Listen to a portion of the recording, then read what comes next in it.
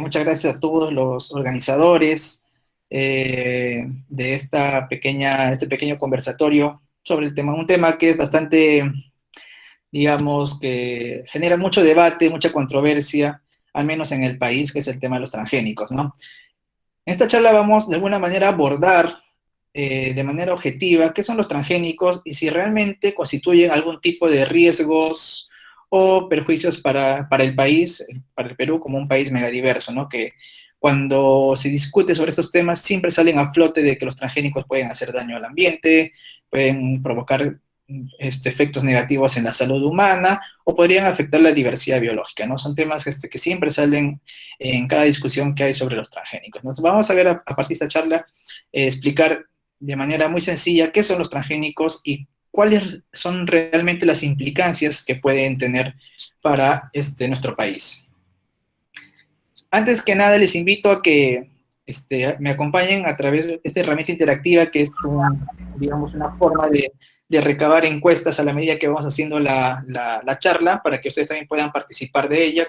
Voy a hacer algunas preguntas y si acceden al link a través de sus computadoras o al código QR en sus celulares, van a entrar a una página donde les van a aparecer de rato en rato preguntas en las cuales ustedes pueden responder simplemente haciendo un clic o presionando el dedo en la pregunta que ustedes crean correcta. Si acá voy a ver las respuestas y vamos a ver cuánto conocimiento tienen o cómo se van involucrando en esos temas o si ya lo han visto anteriormente, ¿no?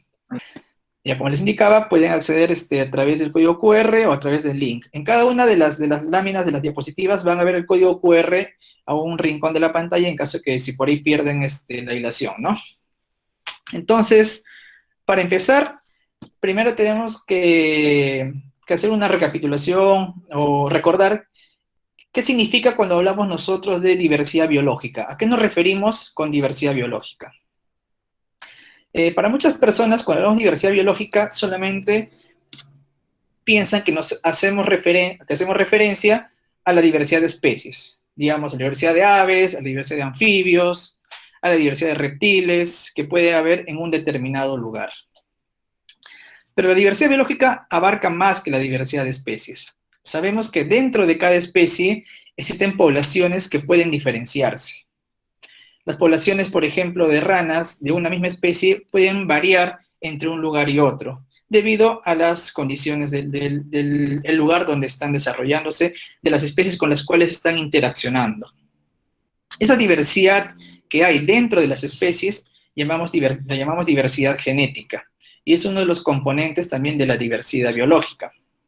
Por otro lado, las especies también se desarrollan en determinados entornos, con factores bióticos, digamos, relaciones con otras especies, y factores abióticos como la temperatura, el pH de los suelos, los niveles de humedad, etcétera, que constituyen un tipo de ambiente o entorno donde las especies se desarrollan. Estos son los ecosistemas. Y en el Perú también contamos con una diversidad de ecosistemas, y esta diversidad de ecosistemas también constituyen un componente de la diversidad biológica. Y todos ellos están interrelacionados. A mayor diversidad genética, las especies se vuelven mucho más estables, porque van a poder afrontar de mejor manera cualquier impacto o cualquier efecto, ya sea de origen natural o antropogénico, que ponga en riesgo su subsistencia.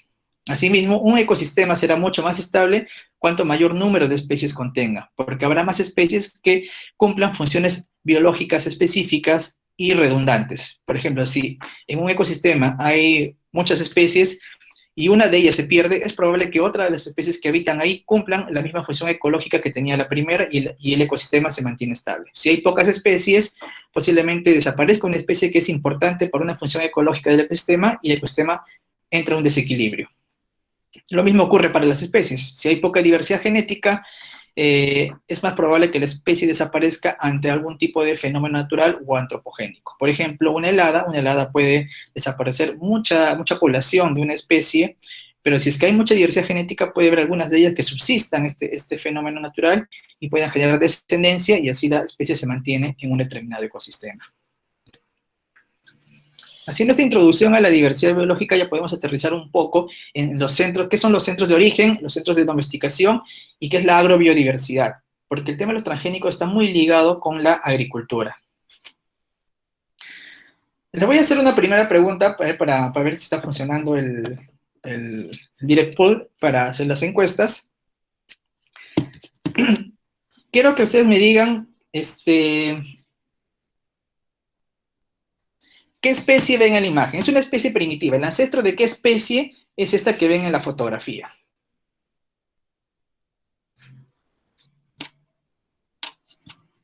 Me avisan si les aparece el link en caso que estén haciendo el seguimiento por su celular o por su computadora.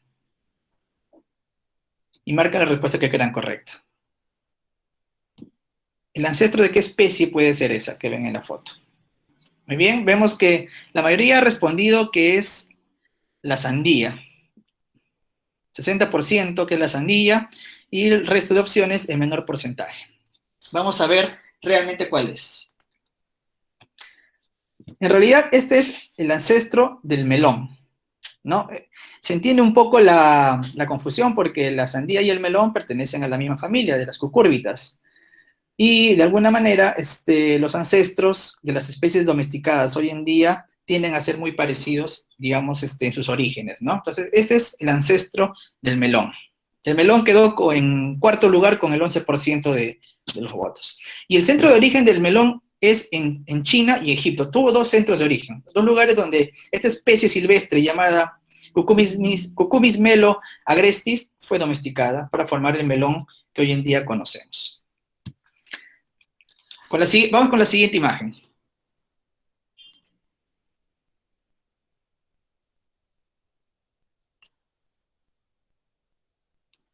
A ver, vamos a ver si aparece en la encuesta.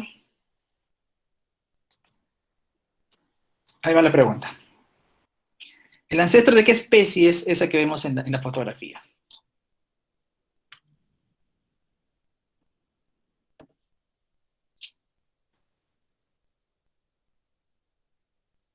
Muy bien, vemos que va ganando el trigo.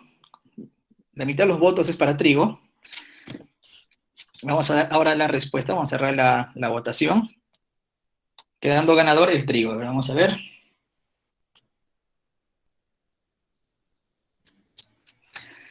En realidad, este es el ancestro del maíz. Vamos, hasta ahorita digamos, no hay mucha precisión en sus respuestas, ¿no? Pero es entendible, ¿no?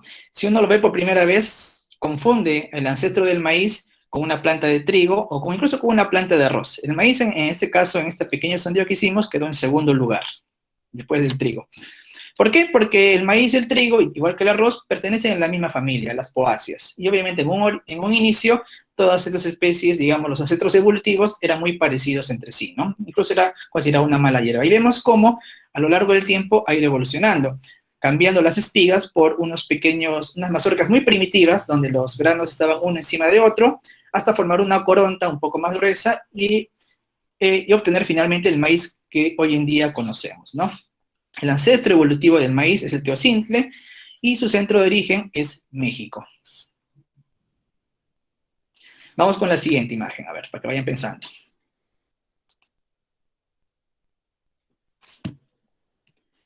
¿El ancestro de qué especie moderna es esa? A ver, el de la imagen.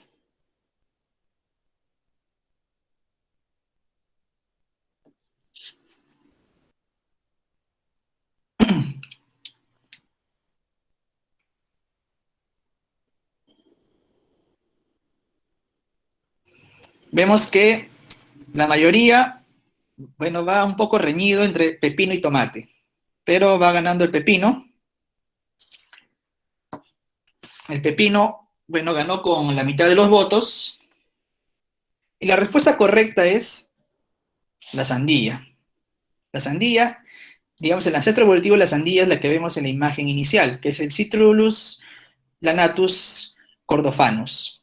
Y vemos que la sandía tiene un proceso evolutivo que lo hemos podido seguir, digamos, a lo largo de los años. En la imagen derecha inferior vemos una sandía del siglo XV, siglo XVI, en una imagen, una pintura de esa época. Y vemos que la sandía todavía no adquiría, digamos, esa pulpa roja que vemos en las sandías modernas. Todavía tenía bastante la parte blanca, que es una parte que no tiene mucho sabor, pero esto es lo que genera, digamos, la domesticación de las especies. Digamos, el ser humano lo que hace es a partir de una especie silvestre, empezar a seleccionarla y cuidarla. ¿Por qué? Porque le confiere algún tipo de beneficio para él, digamos, alguna fuente de alimento, este, puede tener algún sabor agradable, y a medida que va haciendo esa selección y va volviendo digamos, a utilizar la semilla, es que las características se van potenciando. Las características del sabor, de la firmeza, del tamaño, van siendo seleccionadas y a lo largo de muchas generaciones la especie silvestre se va convirtiendo o va modificando, convirtiéndose en una especie moderna, pero más adaptada a los requerimientos del ser humano. Uy, acá nos falló acá la imagen,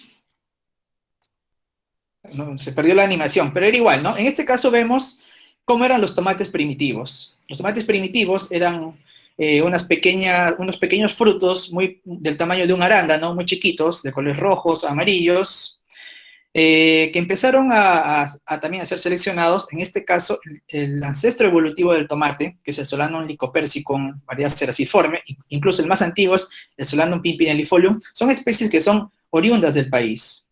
Son especies que se han originado en el Perú. Pero a diferencia de las otras, donde el centro de origen coincide con su centro de domesticación, por ejemplo, el caso del maíz, el caso del melón, en el caso del tomate, la domesticación no se realizó en el Perú. En el Perú, digamos, hasta donde llegó la especie a evolucionar fue hasta esta variedad ceraciforme, que tiene el tamaño de una cereza, y que vemos en la imagen superior derecha. Son tomates silvestres, no son silvestres, son tomates, digamos, nativos. Están en una etapa de semidomesticación, no están completamente domesticados. ¿Por qué? Porque en el Perú el tomate o el tomate primitivo fue utilizado de alguna manera no como un alimento principal, sino lo utilizaban básicamente como un condimento. Y fue por eso que no llegó a cultivarse, sino se empezaba a manejar. Los arbustos de este tomate nativo crecen de manera espontánea, a veces como maleza, y lo que hacen los agricultores simplemente es darle una poda, colectar sus frutos y aprovecharlos, pero no los cultivan como un tomate comercial, como es el que vemos en la imagen derecha inferior. ¿A qué vamos con esto?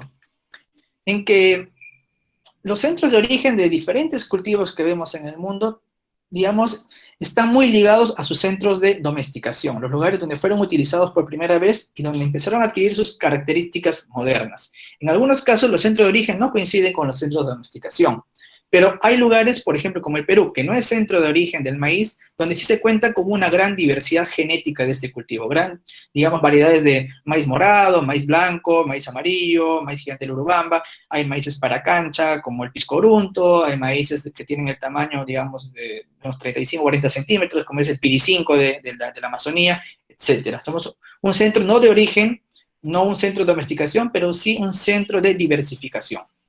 Esos son los tres tipos de centros que encontramos en el mundo, ¿no? Y vemos aquí que los cultivos se han originado principalmente en Mesoamérica, en la región andina, en la parte subsahariana de África, en la parte norte de África, el Mediterráneo, en todo el sudeste asiático, en la parte del Medio Oriente, entre otras, ¿no? Entonces, todos los cultivos tienen un centro de origen muy ligado a su centro de diversificación. Son esos lugares donde podemos encontrar los parientes silvestres. ¿Y esto por qué es importante? Porque cuando hablamos, por ejemplo, de transgénicos, siempre sale a flote que puede haber contaminación o flujo génico del transgénico hacia sus parientes silvestres. Entonces, vemos que, por ejemplo, si introducimos una soya transgénica, el centro de origen de la soya, si vemos acá en el mapa, está en Asia, específicamente en China. En Perú no tenemos, por ejemplo, soya, digamos, nativa, oriunda o endémica, originaria.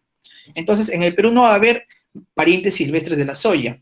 Por lo tanto, el riesgo de que haya, digamos, contaminación de variedades nativas o de especies silvestres de soya en el Perú sería nulo. Pero en cambio en China sí sería muy alto, porque ahí sí cuentan con los parientes silvestres de este cultivo.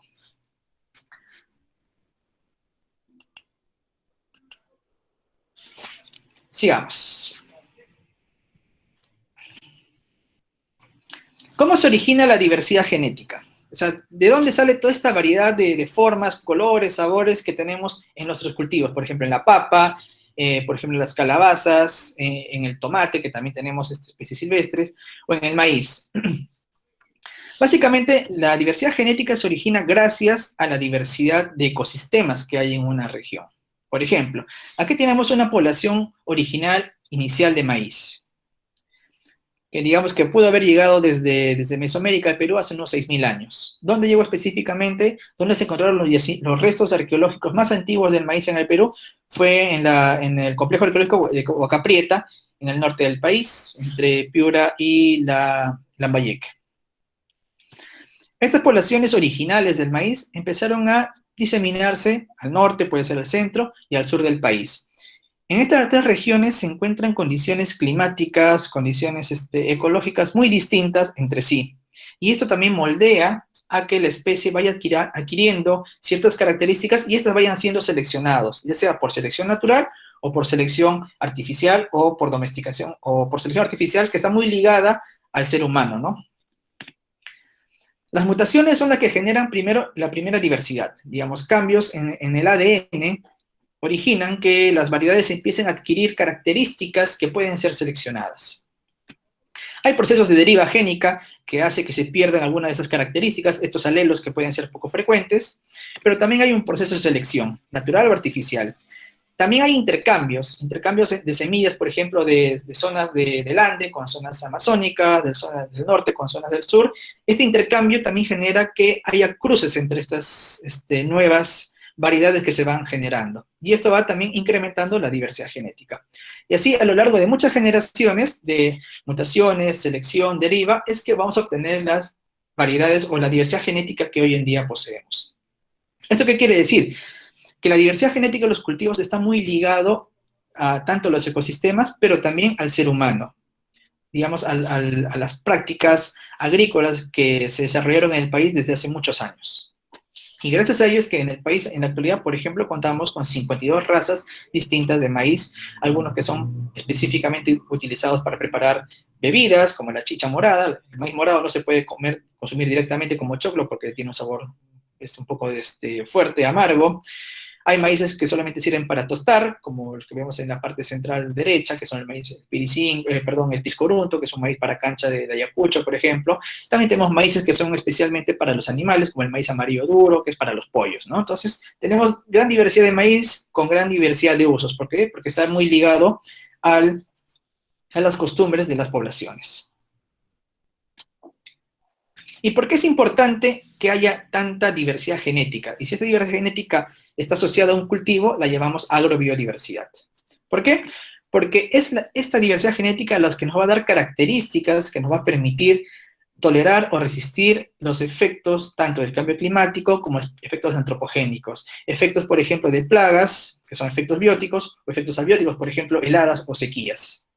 Aquí vemos qué pasaría, por ejemplo, si en un lugar se siembra bastante diversidad genética de papas, bastantes variedades de papas nativas, por ejemplo, y llega este hongo que afecta a la papa, que es el Phytophthora infestans, y que provoca la rancha. Obviamente, algunas de las papas van a ser susceptibles al ataque de este hongo y van a morir, y se ven en la imagen con un color medio negruzco. Pero otras van a sobrevivir y estas van a ser seleccionadas, cruzadas entre sí, y de esta manera se va a incrementar la diversidad genética en la zona. Pero ¿qué pasa si tenemos, digamos, en un lugar papas homogéneas, digamos, una variedad mejorada? En un lugar que solamente siembren, por ejemplo, la variedad Yungay, papa Yungay. Si llega esta plaga, el Phytophthora infestans, va a afectar a todas por igual. ¿Por qué? Porque la diversidad genética que hay entre ellas es muy baja y no le permite, digamos, obtener genes que pueden ser seleccionados para subsistir esta presión, digamos, biótica provocada por esta plaga, ¿no? Entonces, la importancia de la diversidad genética es esa, que nos da muchas características, genes con posibles de interés o de posible aplicación para el mejoramiento de las variedades comerciales. En la agrobiodiversidad vamos a encontrar genes de tolerancia a sequías, genes de resistencia a heladas, genes de resistencia a plagas, genes que dan mayor poder nutritivo a los productos, etc. Estos genes de interés los podemos transferir a las variedades comerciales y así obtener variedades mejoradas. ¿Y cómo se realiza el mejoramiento de estas variedades, el mejoramiento genético de las variedades? Puede ser de manera convencional, por ejemplo, a través de los cruces. Aquí le voy a poner el ejemplo del trigo, cómo se desarrolla una variedad mejorada de trigo que sea resistente a la pregerminación. Eso lo confiere un gen, que es el PHS1A, que sea además resistente a la roya del trigo, que lo confiere otro gen, que es el ER34, que puede estar ubicado en otra variedad de trigo.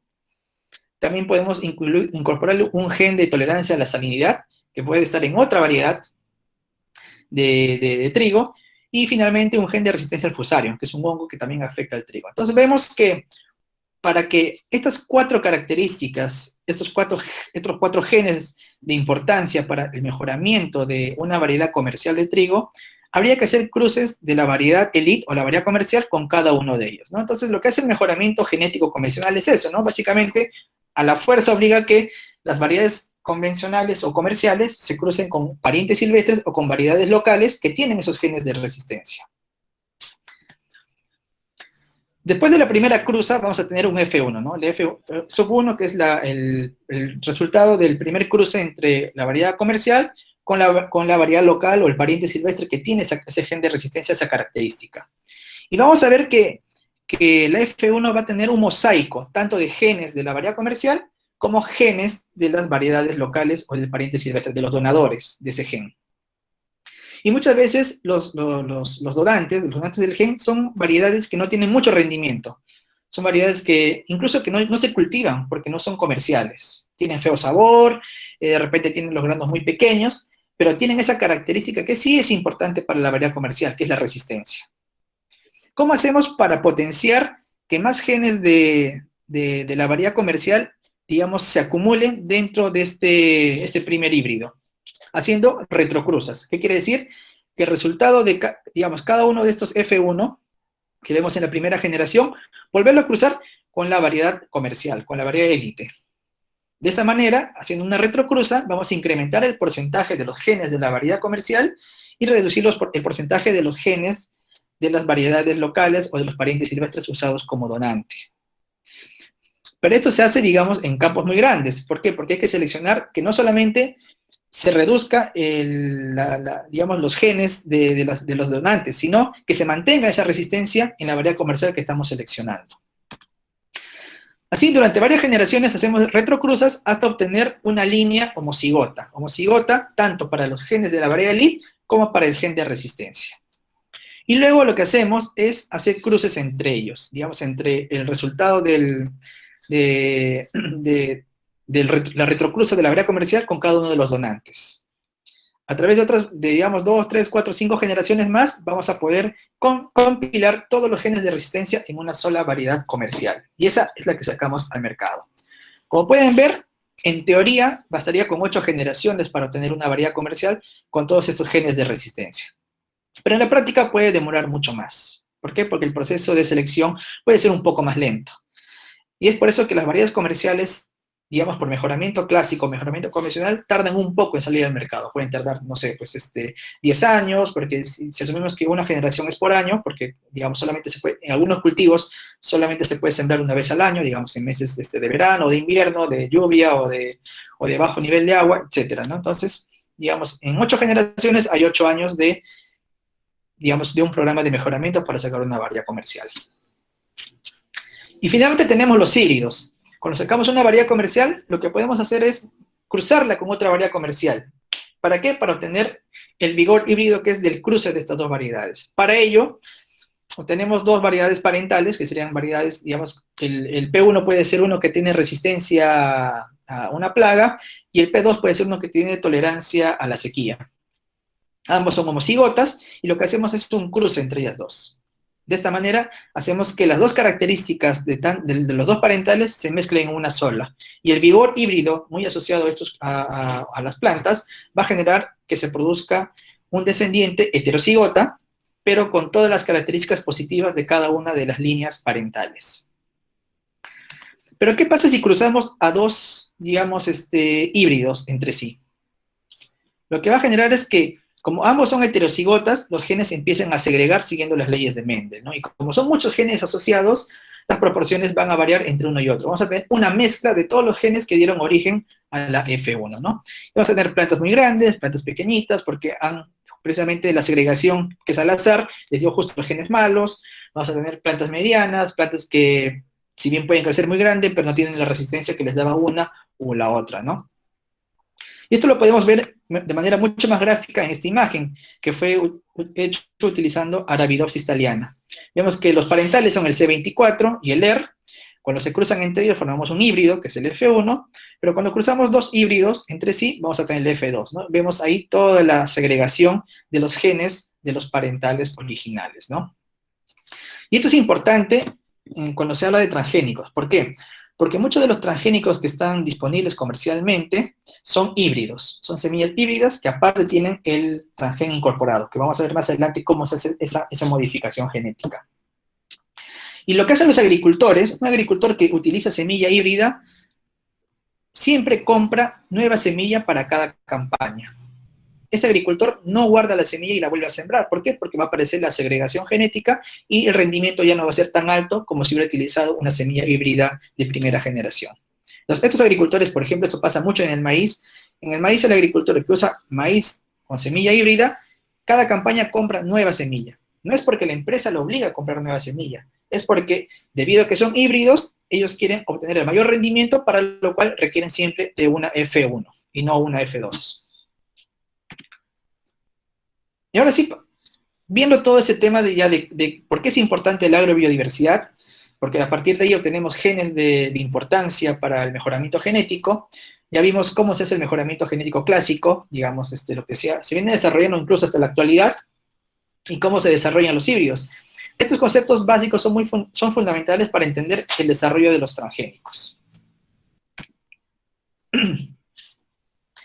Aquí vemos, a ver, vamos a ver vemos aquí, para empezar a hablar de transgénicos, es importante siempre tener en cuenta el código genético. ¿Por qué? Porque básicamente todos los seres vivos en la Tierra comparten el mismo lenguaje de programación. ¿Qué quiere decir? Que en una planta, en una bacteria, en un animal, en un hongo, GGG, digamos, los tres nucleótidos GGG, codifican para el aminoácido glicina. Todos los seres vivos en la Tierra utilizan esa misma codificación para formar sus proteínas. Puede haber ciertas excepciones en algunas bacterias que algunos de los codones que vemos aquí en esta ruleta, en este círculo, pueden variar, pero son cambios mínimos. Por lo general, casi todas mantienen esta uniformidad en el código genético. ¿Esto qué quiere decir? Si tenemos un gen, como vemos aquí en la imagen, el CG, TC, etcétera, de una bacteria, este gen se puede transcribir, digamos, a través de la ARN polimerasa en un ARN mensajero, ¿no? Utilizando la secuencia molde. Y este ARN mensajero en los ribosomas se va a traducir a proteínas codificando la siguiente secuencia de aminoácidos, ¿no? Alanina, valina, metionina, leucina, isoleucina y arginina. Esta proteína va a ser codificada de la misma forma si el gen fuera leído por la maquinaria celular de una planta o de un animal. Es por esto que se pueden transferir genes entre distintas especies. ¿Por qué? Porque finalmente la proteína va a ser codificada de la misma manera. Siempre hay que tener en cuenta que hay ciertas excepciones. ¿Por qué? Porque vemos aquí en el código genético que, por ejemplo, para la leucina tenemos hasta 6 codones que la pueden codificar. 6 codones diferentes que codifican leucina. 6 tripletes de nucleótidos que codifican leucina. Pero ¿qué pasa? Algunos organismos tienen preferencia por 1 o 2 codones y no por los otros 4. Entonces, lo que se hace muchas veces en ingeniería genética es optimizar los genes. ¿Para qué? Para hacerlo de manera mucho más precisa, para que pueda ser leído de manera mucho más precisa, por ejemplo, por una planta. De repente una planta utiliza para codificar la leucina el codón UUA. Pero en la bacteria, la leucina se codifica con el codón CUA. Entonces lo que hace por ingeniería genética es optimizar el codón, cambiar el CUA por un UUA. ¿Para qué? Para que la planta lo pueda leer de manera más eficiente. Entonces, una vez que tenemos en cuenta esto, que los genes pueden ser transportados de una especie a otra, ¿por qué? Porque utilizan el mismo lenguaje de programación para codificarlo, es por eso que podemos hacer, digamos, la transferencia de genes entre especies de diferentes reinos. ¿Para qué? Para otorgarles características que de manera convencional sería muy difícil de que la adquieran. Por ejemplo, hay seres vivos que toleran muy bien vivir en zonas donde la temperatura es muy baja. Por ejemplo, hay unas babosas marinas que viven en zonas donde la temperatura del agua puede ser de 4 grados, 3 grados. Entonces ellos pueden tener genes que pueden activar algunas vías metabólicas que les permita tolerar esa baja temperatura. y si ese gen lo podemos transferir a una planta, podemos hacer de repente que la planta también tolere las bajas temperaturas, por ejemplo, durante una helada.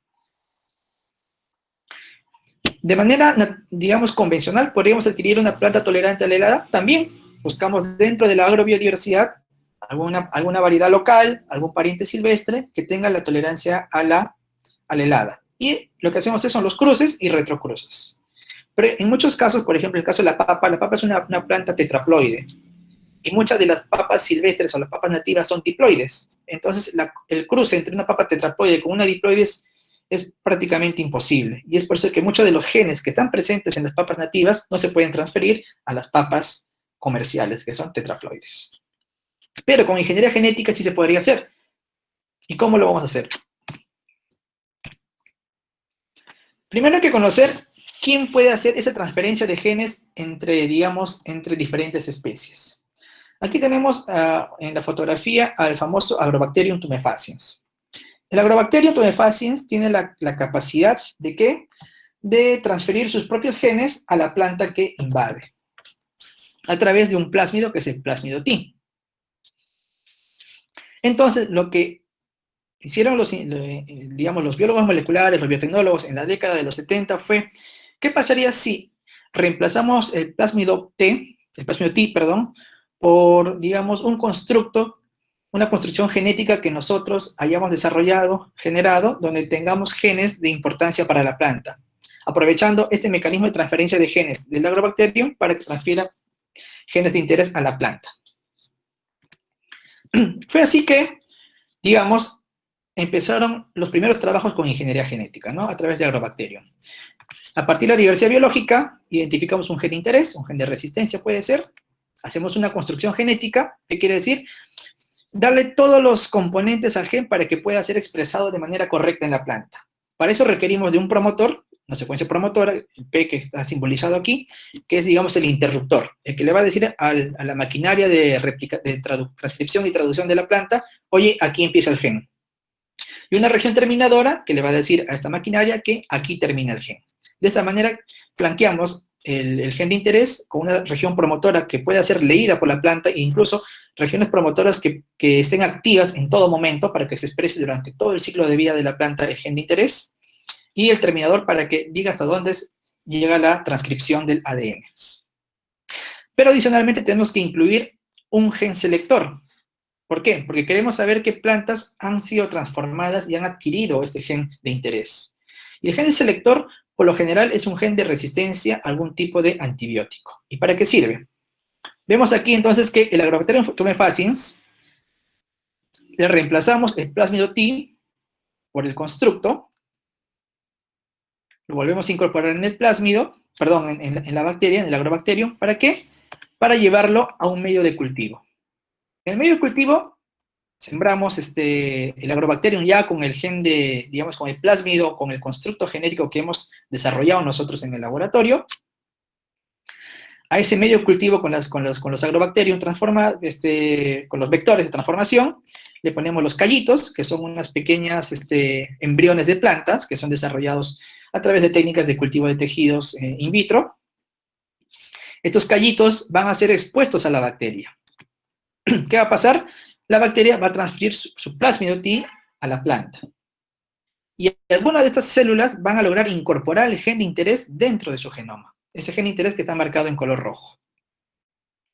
Y si incorporan el gen de interés, o el constructo, en realidad es todo el constructo, el promotor con el gen selector, el terminador, el promotor, el gen de interés y el terminador, si lo integran dentro de su genoma, entonces al aplicarle un antibiótico para el cual es resistente la planta transformada en el medio de cultivo, seleccionaremos aquellos callos o aquellos embriones que han sido correctamente transformados.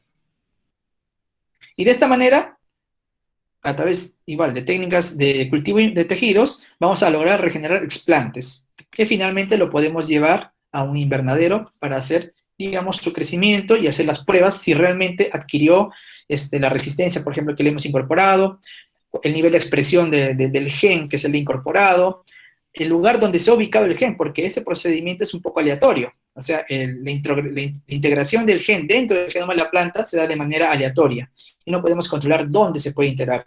De repente, el gen se integra dentro de otro gen que es de vital importancia para la planta y la planta no desarrolla adecuadamente. Entonces, todo eso se va seleccionando a través de pruebas tanto en laboratorio como en invernadero. Otra técnica para introducir los genes de interés dentro en este caso, de una planta, es a través de una herramienta que se llama una pistola de genes, que es como vemos aquí en la imagen. Lo que hace es, a través de un cañón, se pone el constructo, la construcción genética, sobre unas pequeñas partículas de oro o de tungsteno, que son como unos perdigones. Entonces, con una pistola de alta presión, lo que se hace es disparar estos perdigones embebidos con el constructo genético directamente sobre los embriones, sobre los callitos de plantas. Y estos van a introducirse rompiendo la pared celular de la célula y lográndose integrar en el genoma de la planta. Obviamente va a haber células que van a morir, va a haber células que no van a lograr integrar adecuadamente el constructo, pero otras células sí lo van a poder hacer.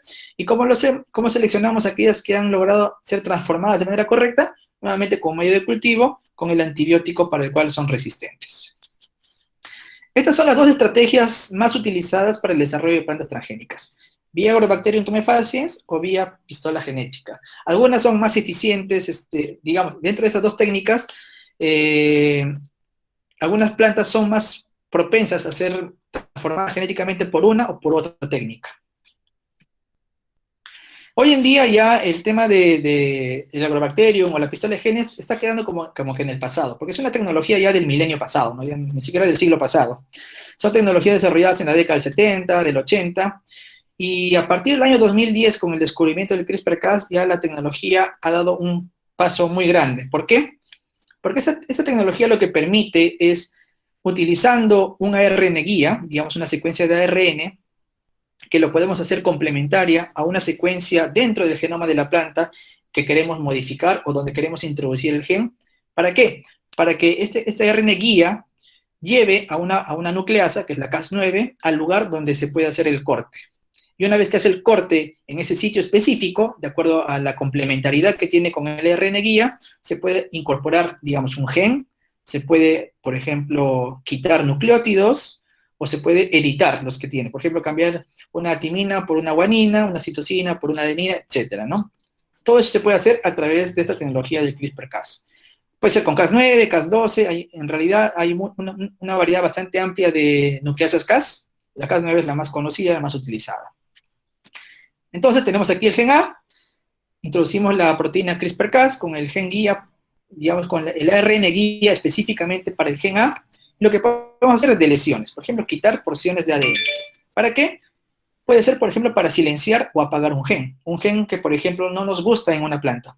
Esto, por ejemplo, lo han hecho en este caso no fue en planta, fue en un hongo, perdón, en un champiñón, los champiñones. Lo que hicieron por esa tecnología CRISPR-Cas fue inactivar el gen de la me olvidé el nombre de la enzima, pero es la que provoca la oxidación de los champiñones. La polifenoloxidasa.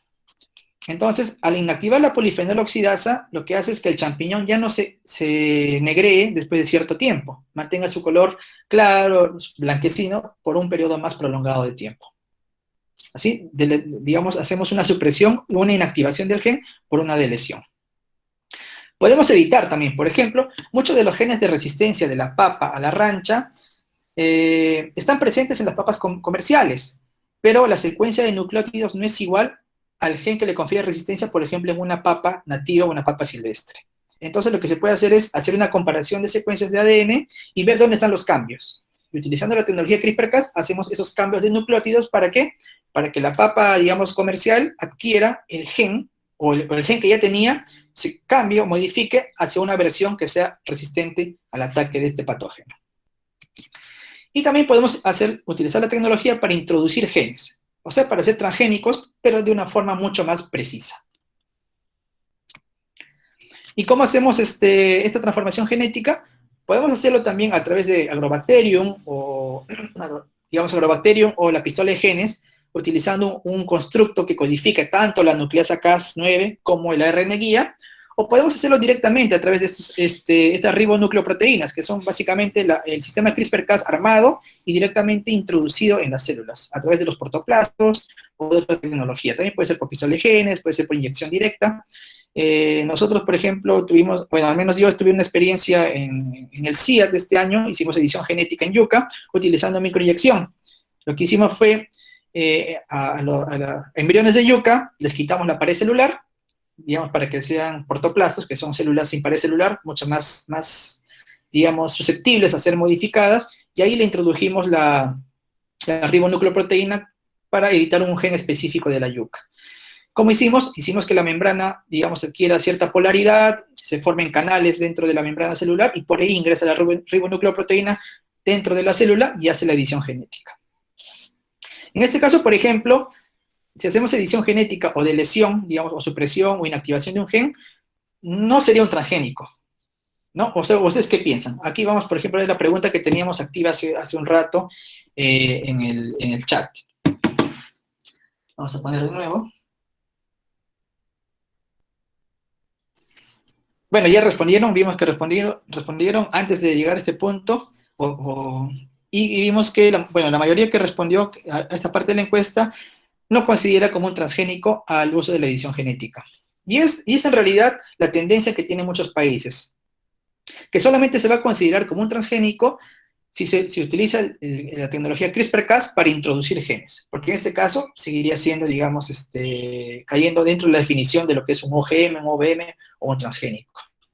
Pero si utilizamos CRISPR-Cas para hacer edición de genes o para silenciar genes de una misma especie dentro del propio genoma del organismo, en ese caso no serían transgénicos y no serían regulados como transgénicos. Y finalmente, ¿ya cómo sacamos un transgénico al mercado? Y acá hacemos un recuento, ¿no? Primero ideamos un producto, ¿no? Por ejemplo, una papa resistente a la rancha, un maíz tolerante a la sequía, un algodón resistente a plagas o lo que fuera. Luego, en la biodiversidad, buscamos los genes que confieren esa característica al cultivo que queremos mejorar o modificar. Hacemos la transformación genética, puede ser por Agrobacterium, puede ser por pistola de genes, puede ser por CRISPR-Cas, y hacemos la transformación genética en cientos de embriones, no es que solamente en una placa Petri los 10 embriones que están ahí se transforman, son cientos de placas Petri con cientos de embriones con los cuales son modificados. A través de un proceso de selección con antibiótico para ver si desarrollan adecuadamente, van quedando cada vez menos explantes. Estos explantes que llegan a desarrollarse ya en frascos de cultivo, con medios de cultivo, son llevados a invernaderos. Y los invernaderos se someten, por ejemplo, a la presión selectiva para la cual le hemos diseñado. Si es, digamos, una planta resistente a la rancha, le ponemos en el medio de cultivo el hongo, el Phytophthora infestans, y vemos si la planta resiste o no resiste. Y así vamos depurando y eliminando las plantas que no van respondiendo adecuadamente a los tratamientos, hasta que finalmente nos quedamos con 1, 2 o 3 eventos transgénicos que sí cumplen con los requisitos que nosotros hemos planificado en un inicio, ¿no? Una planta que tenga buen crecimiento, de repente que tenga los frutos del tamaño adecuado, el tubérculo que sea grande, hasta incluso que el sabor no haya sido modificado, etcétera. Y eso finalmente nos lleva a pocos, a 1, 2 o 3 eventos transgénicos. En este punto viene la etapa crítica, que es la regulación. Antes de que este evento transgénico salga al mercado, primero debe demostrar que es seguro para el ambiente, que es seguro para la diversidad biológica, de acuerdo al lugar donde vaya a ser liberado. Por ejemplo, si es un maíz transgénico, que sea seguro, por ejemplo, liberarlo. Si se va a utilizar en el Perú, de repente en el valle de, no sé, de Chicama, de Barranca, en Majes, en Siguas, ver si es que ahí tiene o no tiene algún tipo de impacto sobre el ambiente, la diversidad biológica local, si es seguro para el consumo. Entonces, todo ese proceso regulatorio toma su tiempo.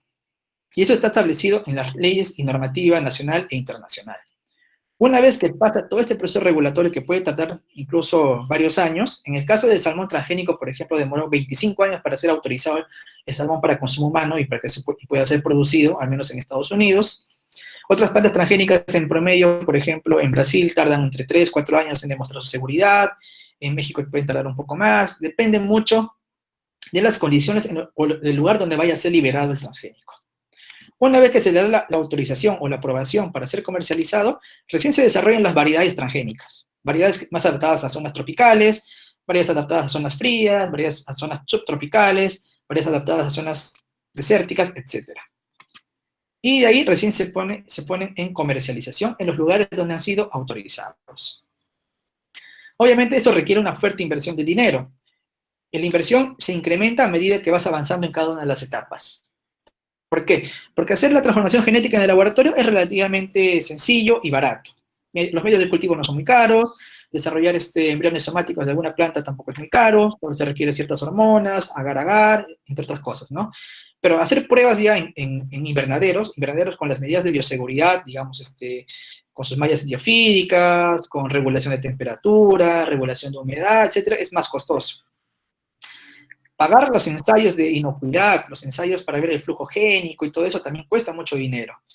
Y sacar una variedad comercial de mercado, o sea, producirla en masa, llevar a los lugares donde se necesitan, se distribuyen, eso cuesta aún mucho más dinero. Es por eso que estas primeras etapas, antes del proceso regulatorio, normalmente lo desarrollan las universidades. Las universidades lo que hacen es, de alguna manera, proteger su desarrollo, su invención, puede ser a través de una patente o a través de el registro de ostentor, que también se puede llegar en esa etapa. Y luego esa patente la licencian o simplemente la venden a una empresa que ya lo quiera desarrollar con fines comerciales. Y es por eso que pocas empresas son las que finalmente sacan los transgénicos al mercado, porque tienen esa capacidad, ese capital suficiente para hacer toda esta inversión.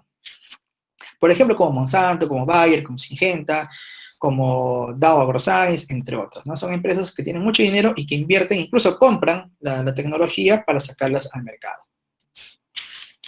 En otros casos, estas empresas financian las investigaciones. Por lo tanto, estas primeras etapas no se desarrollan con dinero de la universidad, por ejemplo, sino se desarrollan con dinero de la empresa. Eso pasa mucho en Estados Unidos. Por ejemplo, Monsanto tenía un trabajo muy relacionado, muy directo con universidades como Cornell, como Berkeley, donde ellos financiaban investigaciones en desarrollo de cierto tipo de productos transgénicos, ¿no? Pero finalmente la licencia de la patente iba para la empresa que dio el dinero, ¿no? Y vamos a pasar ya la última parte de la charla a ver los transgénicos, cómo están los transgénicos a nivel mundial y en el Perú específicamente, cuáles son las implicancias. Así que vamos a empezar con la primera pregunta de esta última ronda. Vamos a poner acá a ver si sale.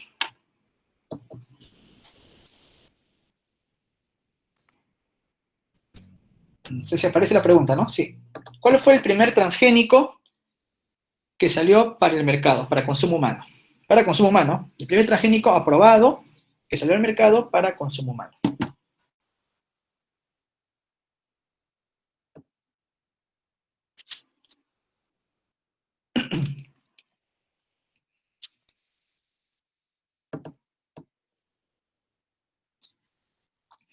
Vemos que ahí que las respuestas están reñidas entre maíz, soya y tomate. Bueno, hay un triple empate. Bueno, ya. Sigue el triple empate. Maíz, soya y tomate. El primer transgénico, vamos a pasar ya a la siguiente para que no nos quede corto el tiempo. Ganó la soya por poquito. Segundo lugar, el maíz y el tomate empatados. Pero el primer transgénico que fue aprobado para consumo humano fue el tomate. Fue el tomate en el año 1994. Fue un tomate llamado Flavor Saver, cuya característica era que tenía una maduración retardada. Digamos, tardaba mucho más tiempo en madurar. Y por lo tanto, podía estar mucho más tiempo en los anaqueles de los supermercados. El tomate fue el primer transgénico. Después siguieron el maíz, la soya, el algodón, y también papa transgénica que hubo en los años 90 en Estados Unidos, pero finalmente salió del mercado porque no fue, digamos, aceptado comercialmente. Pero el maíz y la soya sí, y el algodón crecieron grandemente. Vamos con la siguiente pregunta. Seleccionen los 4 cultivos transgénicos, o los 4 transgénicos que son más sembrados a nivel mundial. Ya dimos algunas pistas anteriormente, pero ahí, ¿cuáles son los 4? Vamos a nombrar acá, en función a las respuestas, los 4 principales cultivos transgénicos en el mundo. A ver.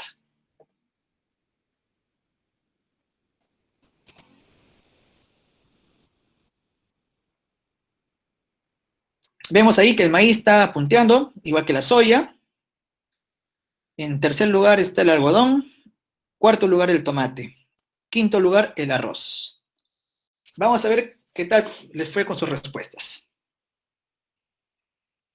Entonces, para ustedes, en función de los resultados que tenemos, maíz, soya, algodón y tomate son los 4 principales cultivos transgénicos. Los 4 principales cultivos transgénicos son el maíz, está bien, la soya también, el algodón también y la canola. Tomate transgénico en la actualidad no se cultiva. El tomate transgénico salió del mercado en el año 99. ¿Por qué?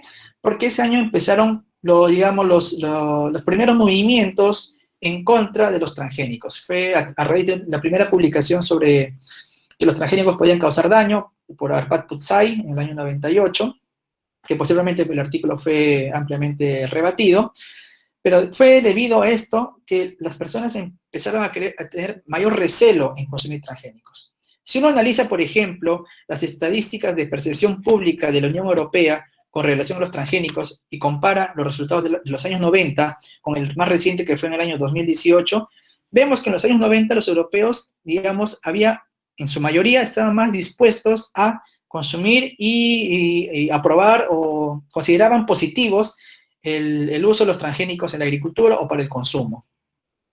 Era alrededor del 56%, 58% de aprobación, actitud positiva de los transgénicos.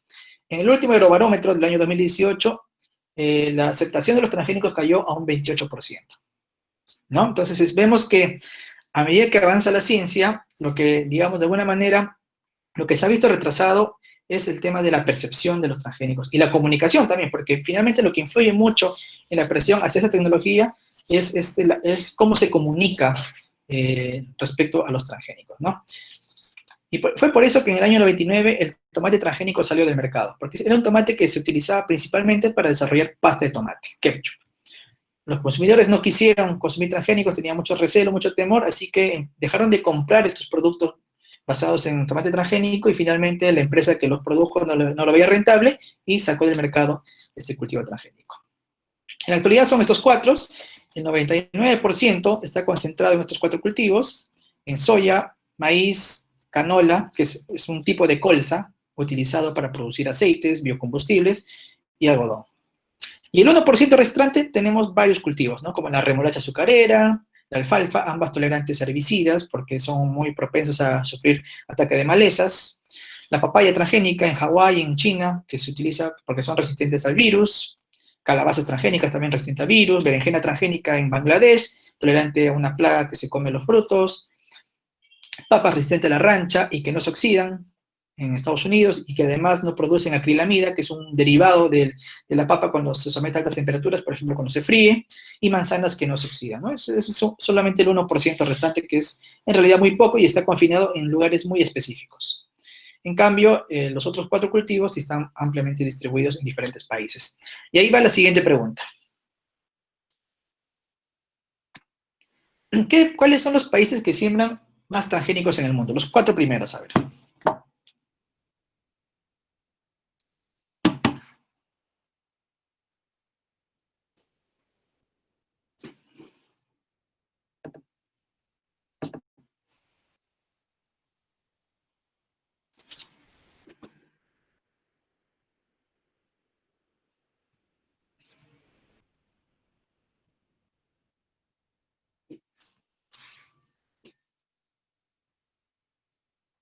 No sé si pueden ver la pregunta, si la ven. Me avisan si no la ven. No, no se puede ver la pregunta. Vamos a ver entonces otra vez.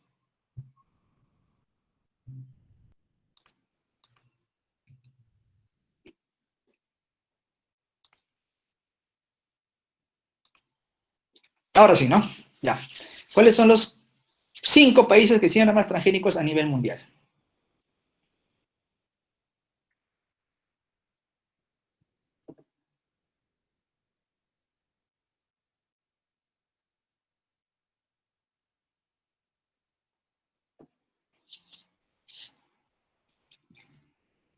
Vamos viendo que va ganando Estados Unidos.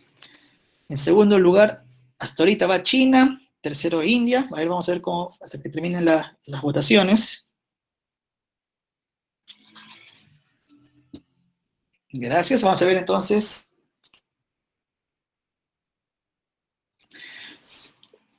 Según la encuesta que hicimos ahorita, los 5 primeros países en función a lo que ustedes respondieron son Estados Unidos, segundo lugar China, tercer lugar India, cuarto lugar Brasil y quinto lugar Argentina. Vamos a ver qué tanto han acertado. Estos son los 5 principales productores de transgénicos a nivel mundial. Estados Unidos, creo que nadie discutía eso. Segundo lugar es Brasil. Tercer lugar es Argentina, con 23 puntos. En primer lugar, Estados Unidos con 75 millones de hectáreas. Segundo, Brasil con 51.3 millones de hectáreas. Tercero, Argentina con casi 24 millones. Cuarto, Canadá con 12.7 millones. Y quinto, la India con 11.6 millones. Entonces, China no está, por ejemplo, dentro de los 5 principales productores de transgénicos a nivel mundial. Los demás, bueno, van bien. Entre estos 5 países se concentra el 90% de la producción de transgénicos en el mundo, en estos cinco países. Y el restante, que lo vemos abajo, tenemos a Paraguay, seguido por China. China está ahí, digamos, en el séptimo lugar, con 4.5 millones de hectáreas. Pakistán, Sudáfrica, Uruguay, Bolivia que tiene 1.4 millones de hectáreas, pura soya transgénica. Y otros 15 países más que constituyen ya el resto del resto, ¿no? Entonces, esos son los países donde se cultivan transgénicos. Como pueden ver, son países que tienen grandes extensiones de áreas de cultivo. Por ejemplo, si hacemos una comparación del Perú con uno de la región, Paraguay. Paraguay es un país muy chiquitito, pero Paraguay tiene, digamos, tanta área de cultivo como lo tiene el Perú en todo su territorio, que es aproximadamente 4 millones de hectáreas. El Perú, a pesar de ser un país muy grande, tenemos muy poca área para producción agrícola. ¿Por qué? Debido por lo agreste que es nuestro territorio, por la cordillera de los Andes, porque tenemos una selva que en muchos lugares es bastante inaccesible o muy difícil hacer agricultura, y en la costa tenemos un poco más de 50 valles donde se puede hacer agricultura, ¿no? Entonces está muy fraccionado y por eso es que no tenemos tantas áreas de cultivo como lo tienen otros países. Eso no significa que la tecnología puede ser positiva para nuestros agricultores, que eso lo vamos a ver más adelante.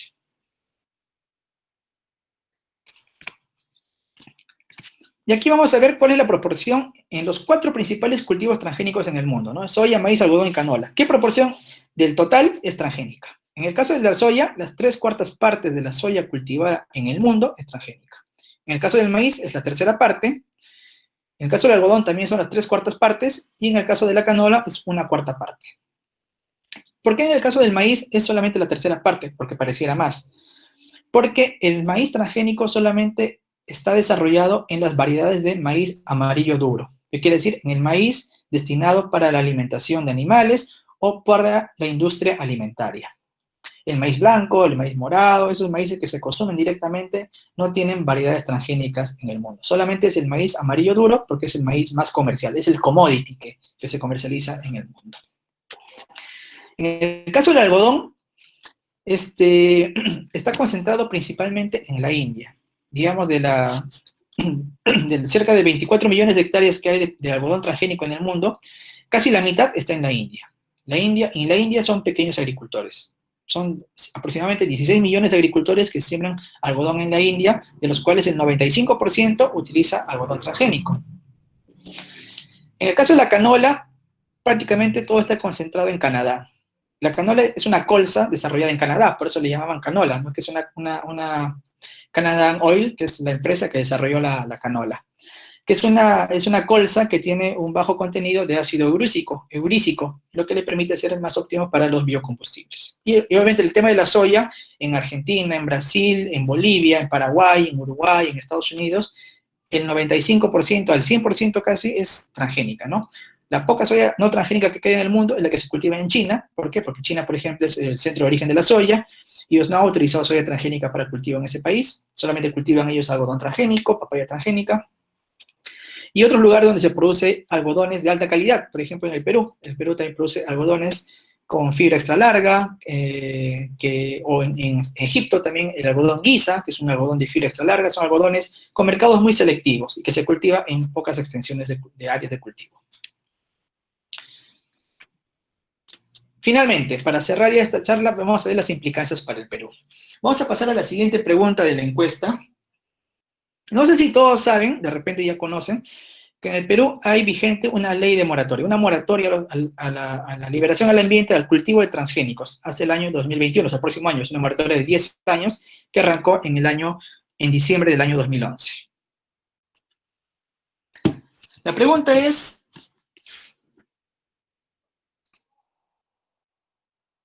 ¿qué prohíbe la ley de moratorias específicamente?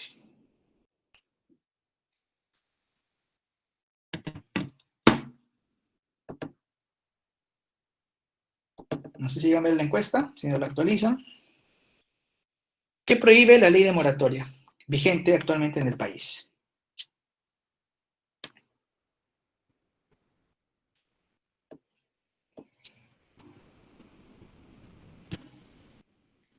La de moratoria de 10 años.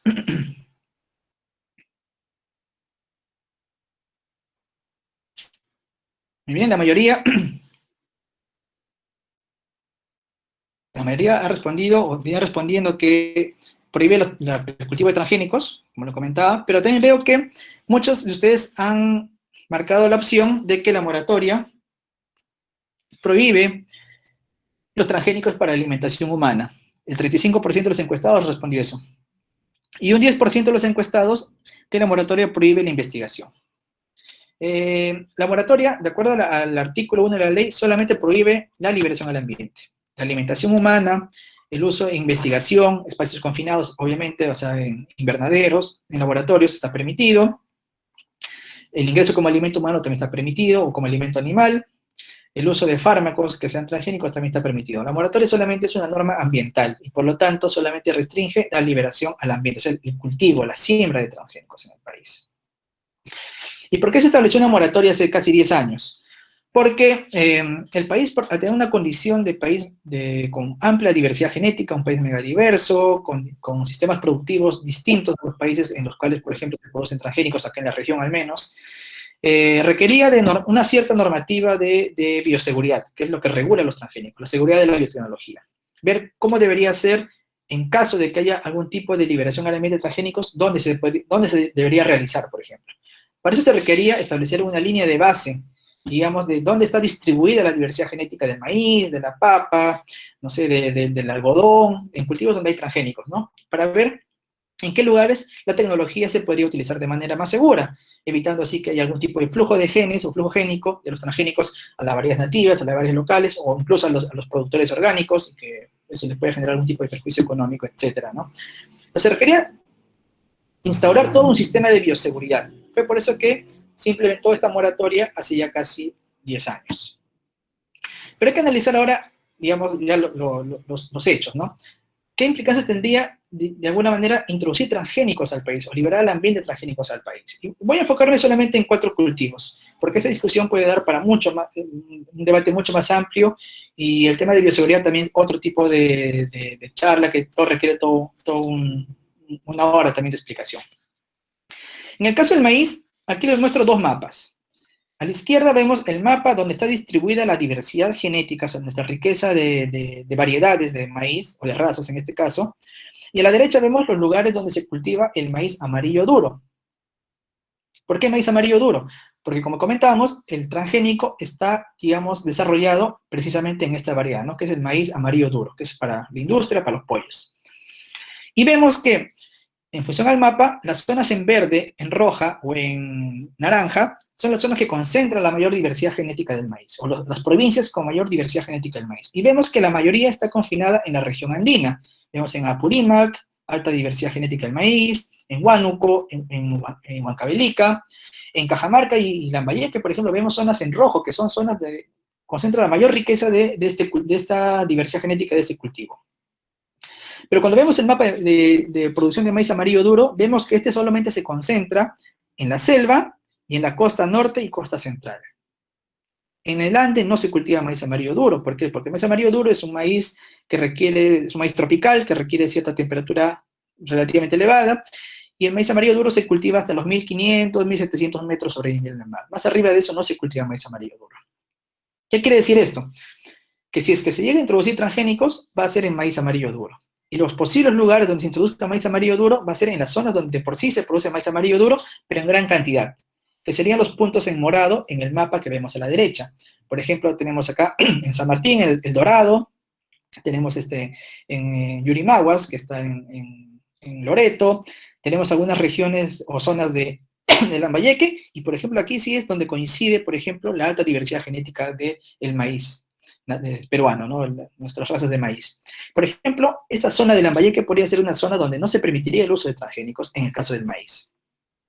Pero la zona de Yurimaguas, por ejemplo, que es una zona de Moradito, la zona de El Dorado, en la región San Martín, o en la zona de Bagua, en la región Amazonas, vemos que en el mapa de distribución de la diversidad genética, su diversidad genética en esas zonas es muy baja. Por lo tanto, habría menor riesgo si es que se llega a liberar transgénico en esa zona.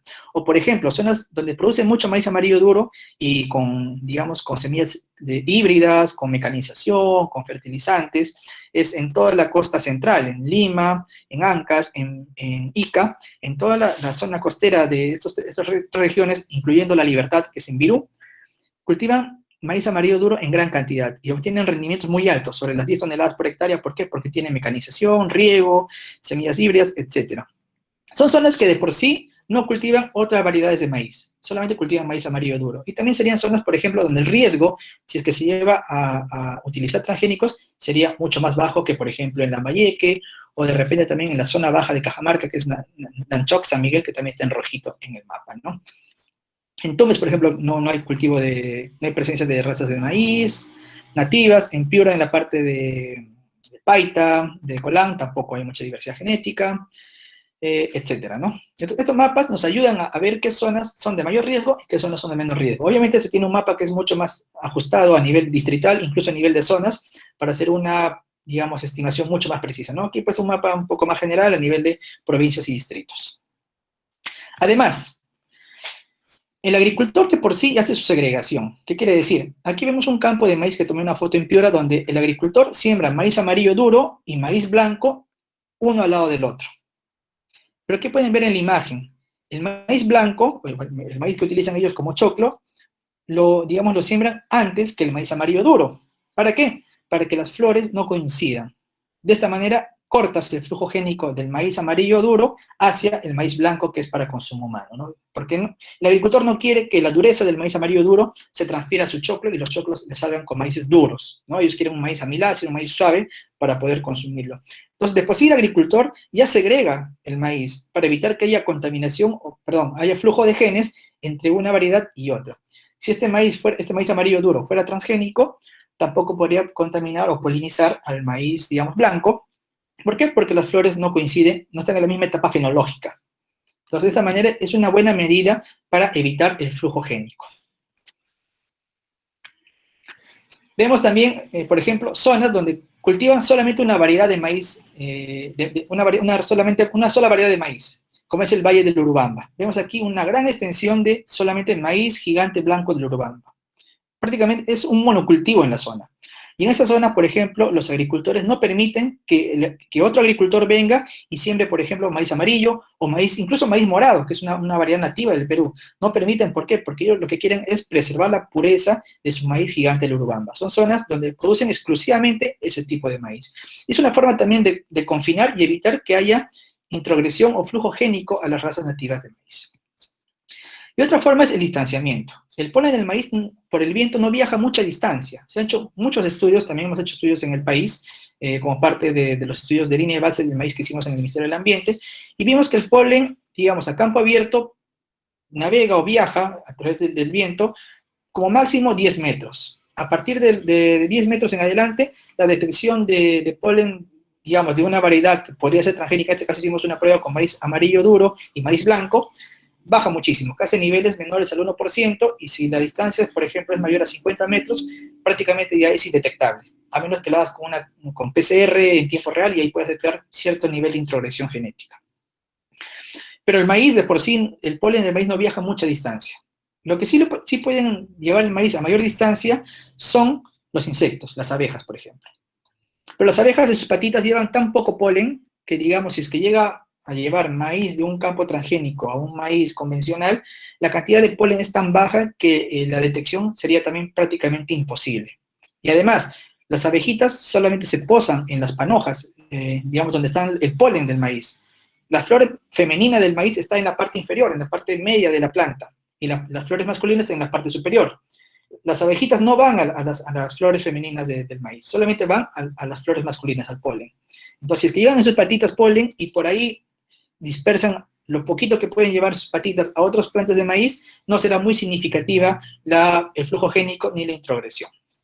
Por eso que en el maíz se pueden establecer 3 medidas de bioseguridad, ¿no? Las zonas libres de transgénicos, como sería el Valle del Urubamba, el distanciamiento entre el cultivo transgénico y uno convencional, o a través de barreras también, por ejemplo. Estos 10 metros es sin barreras, pero si ponemos como barrera otro maíz, digamos, un maíz que sea un poco más alto, como un maíz parachala, ese maíz va a contener el polen que puede fluir por el viento de un campo a otro y también se puede confinar a esa zona, ¿no?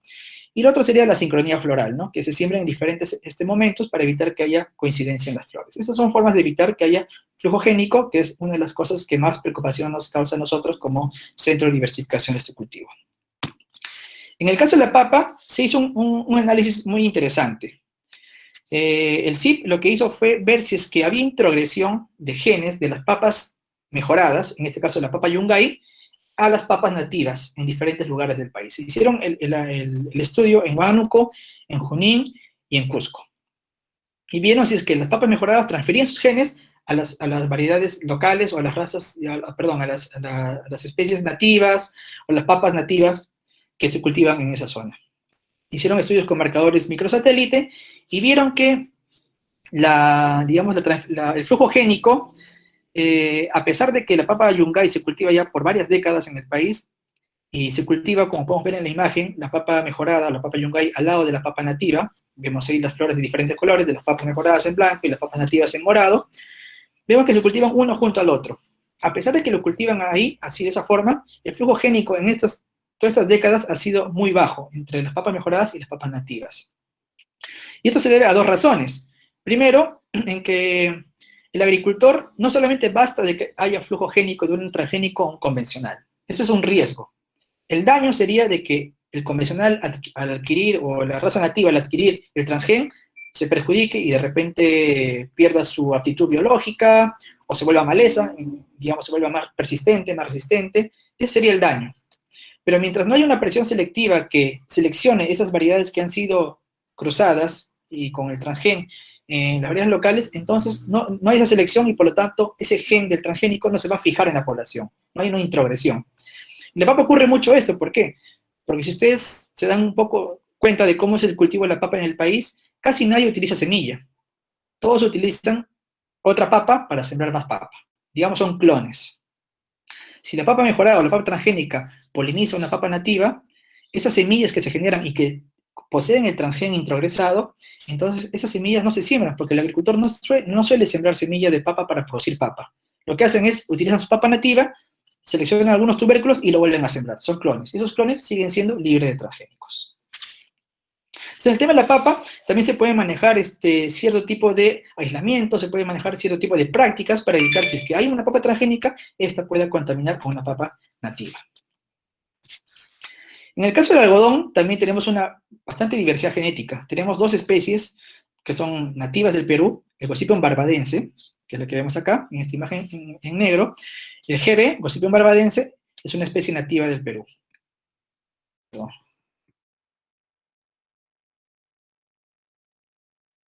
Y el GH es el Gossypium hirsutum, que es la variedad comercial, digamos la variedad que más se cultiva a nivel mundial.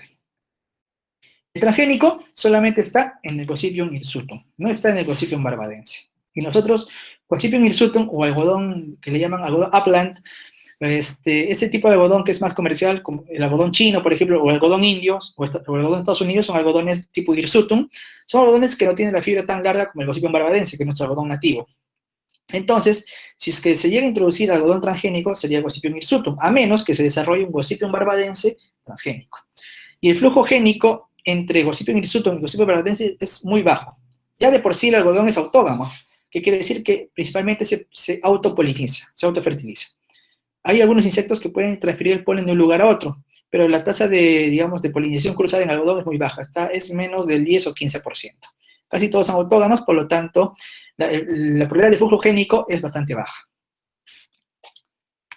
Y finalmente, vamos a ver el caso de la papaya, que es un cultivo tan importante, y en el cual el INIA hasta hace una década empezó a hacer trabajos por ingeniería genética para conferirle resistencia a la mancha anillada, que es un virus que afecta a los cultivos de papaya en el país, especialmente en la selva. Aquí a la izquierda vemos un cultivo de papaya en Yurimaguas. Vemos que lo que hacen para cultivar papaya es bajarse todo el monte y ahí empezar a instalar este cultivo. Y vemos que son papayas híbridas o papayas, digamos, mejoradas, seleccionadas. ¿Por qué? Porque todas son uniformes, todas son de un tamaño chatito. ¿Por qué? Porque estas papayas lo que producen son frutos más grandes, no requieren producir tanta, digamos, planta, tanto tallo, tanta hoja, sino quieren producir un fruto más grande, ¿no? Entonces, ¿qué ha pasado con el tema del virus? El virus está, digamos, presente en prácticamente toda la selva norte y selva central del Perú.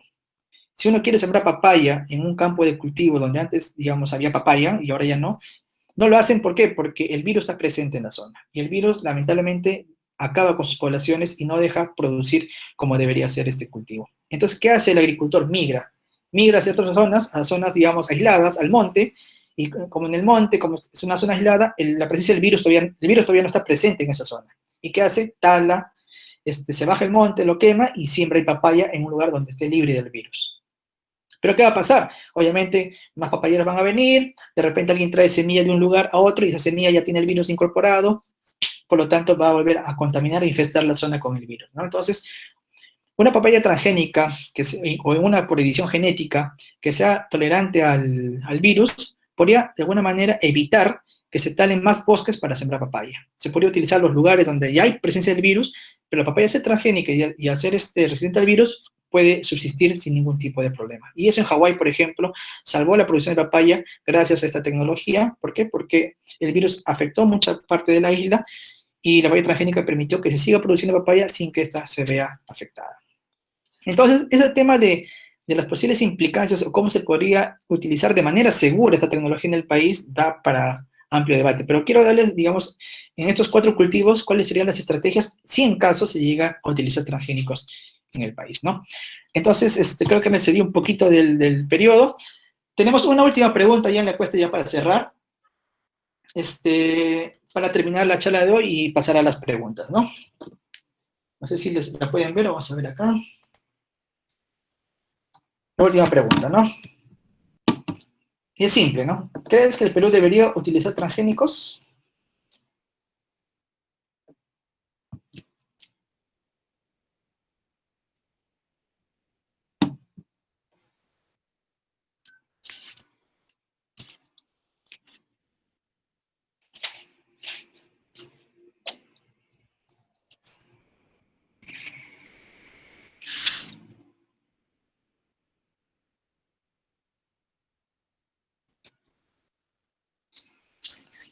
Listo, muchachos, muchas gracias por participar, por quedarse hasta estas horas. Me pasé un poquito del tiempo estimado, pero espero que esta breve charla les haya de alguna manera eh, permitido conocer un poco más sobre los transgénicos, cuáles podrían ser los impactos que podría tener en el país, cómo se desarrolla y ver un poco más allá, ¿no? Que es la edición genética, que es una tecnología más reciente que salva algunas de las preocupaciones que de por sí ya tienen los transgénicos y que podría ser de alguna manera aprovechado en el país, aprovechando nuestra gran diversidad genética que poseemos.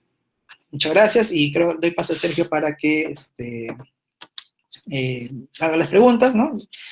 Cualquier consulta adicional que puedan tener, está mi correo electrónico, me pueden escribir y yo con gusto les puedo dar respuesta, les puedo mandar información, artículos que requieran para ahondar un poco más sobre este tema. Listo, muchas gracias. Muchas gracias, David. Ahora pasaremos a la ronda de preguntas. Si alguien desea hacerlo, pueden escribirlo por el chat o prender su micrófono. Al parecer tenemos aquí la pregunta de Dalia Julieta. Ok. Si se hace de elecciones o ediciones con CRISPR-Cas, ¿el organismo no es considerado transgénico? Ya, la utilización de CRISPR-Cas, como vimos en una de las láminas, puede ser para, digamos, 3 tipos de modificaciones. Una puede ser para apagar un gen. Hacemos una mutación que inactive el gen propio de una planta. En este caso, lo que estamos haciendo no es introducir un transgen, lo que estamos haciendo es apagar el gen que está dentro del genoma de un organismo que queremos modificar. En ese caso, podemos obtener también una mutación, un knockout, haciendo selección, digamos, convencional. Podemos aplicar radiación gamma para obtener mutantes y de repente uno de esos mutantes también tenga apagado ese gen específico, ¿no? Entonces, en este caso, no sería considerado como transgénico, porque lo que está haciendo es una mutagénesis, y la mutagénesis de por sí no está regulado, no se considera como transgénico, porque si consideraríamos la mutagénesis como transgénico, entonces muchas de las variedades que están en el mercado y que han sido desarrollados, por ejemplo, por radiación gamma, no podrían ser comercializadas a menos que tengan la autorización de transgénicos, ¿no? El segundo caso, si utilizamos CRISPR-Cas para cambiar 1, 2, 10, 15, 20 nucleótidos de un gen que está dentro del mismo organismo, tampoco sería transgénico. ¿Por qué? Porque estamos haciendo una modificación interna en los propios genes del organismo.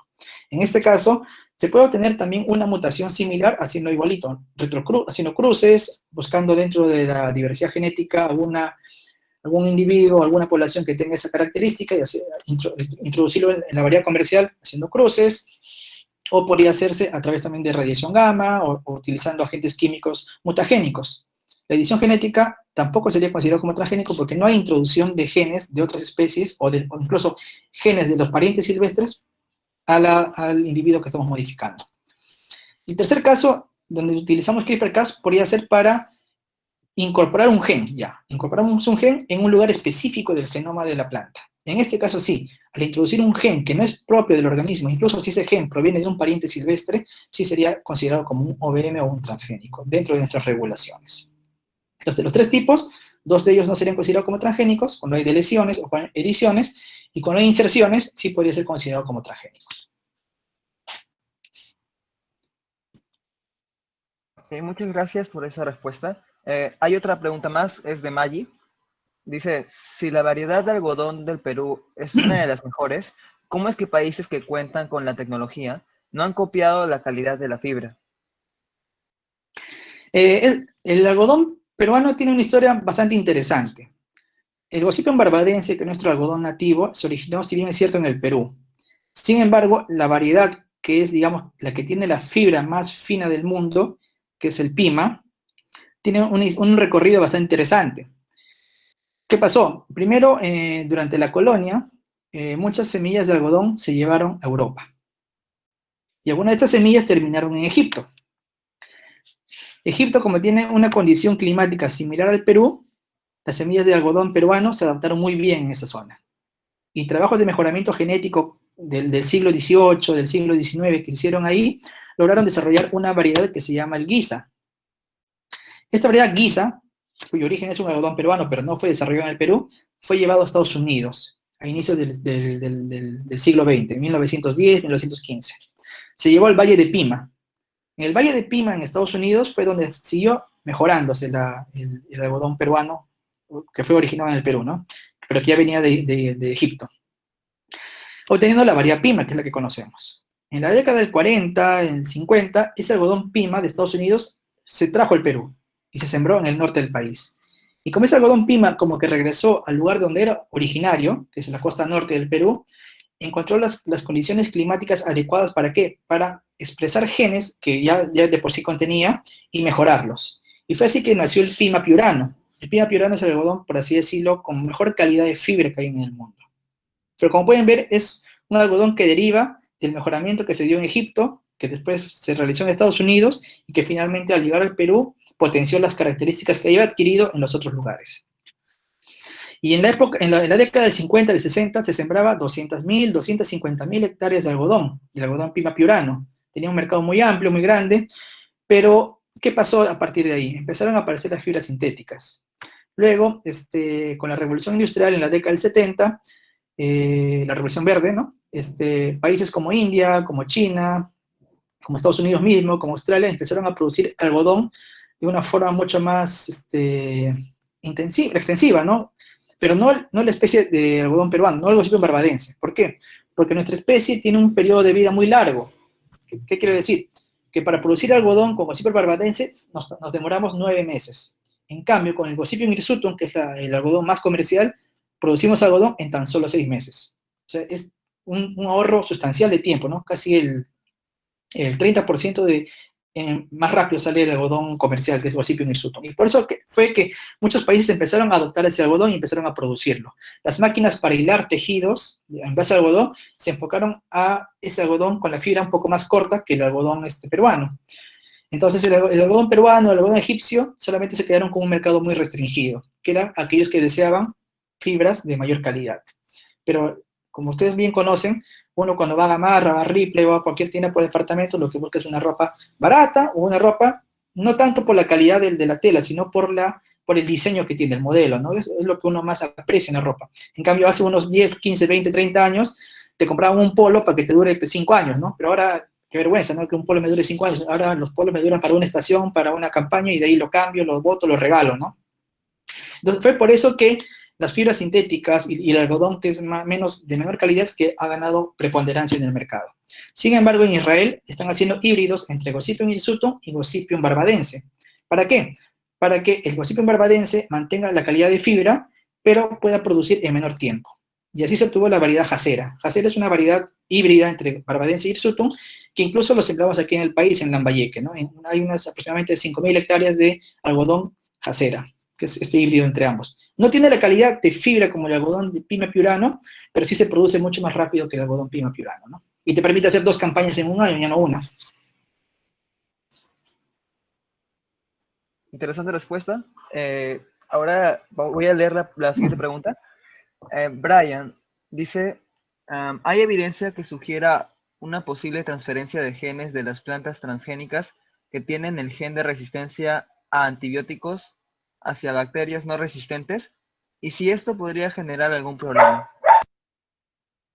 La transferencia de genes es un proceso natural. Se va a dar haya o no haya transgénicos.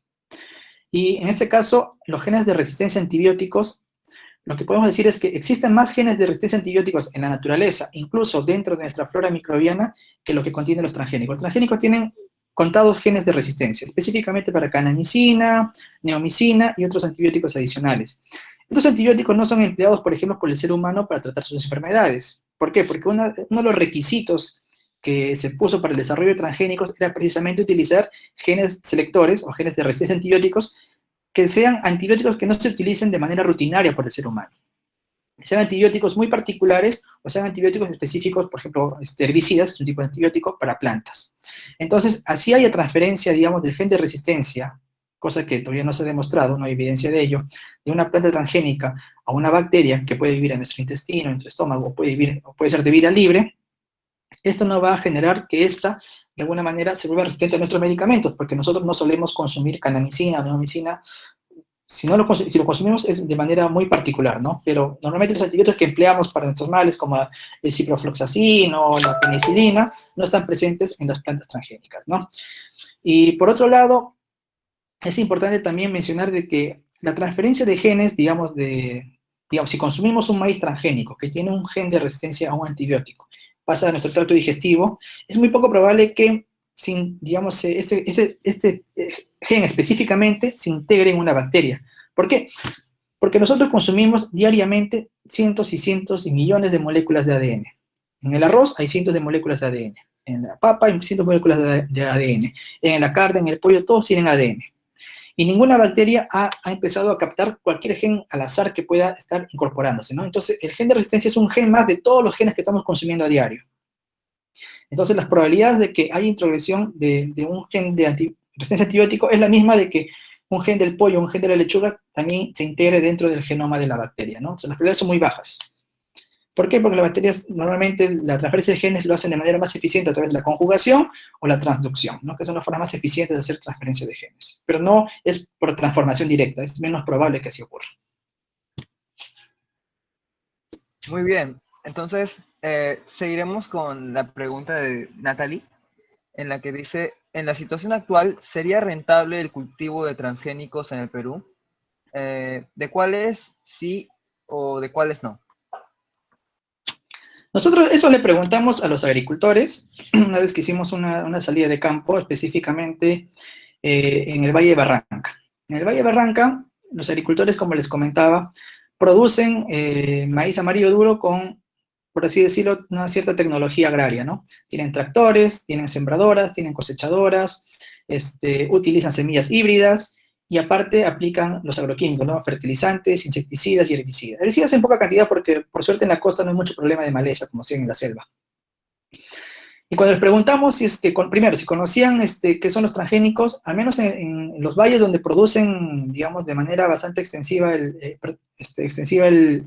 maíz amarillo duro, como en Ica, en Pisco, en Cañete, en Barranca, en Casma, Virú, otros lugares, ellos saben que existen los transgénicos.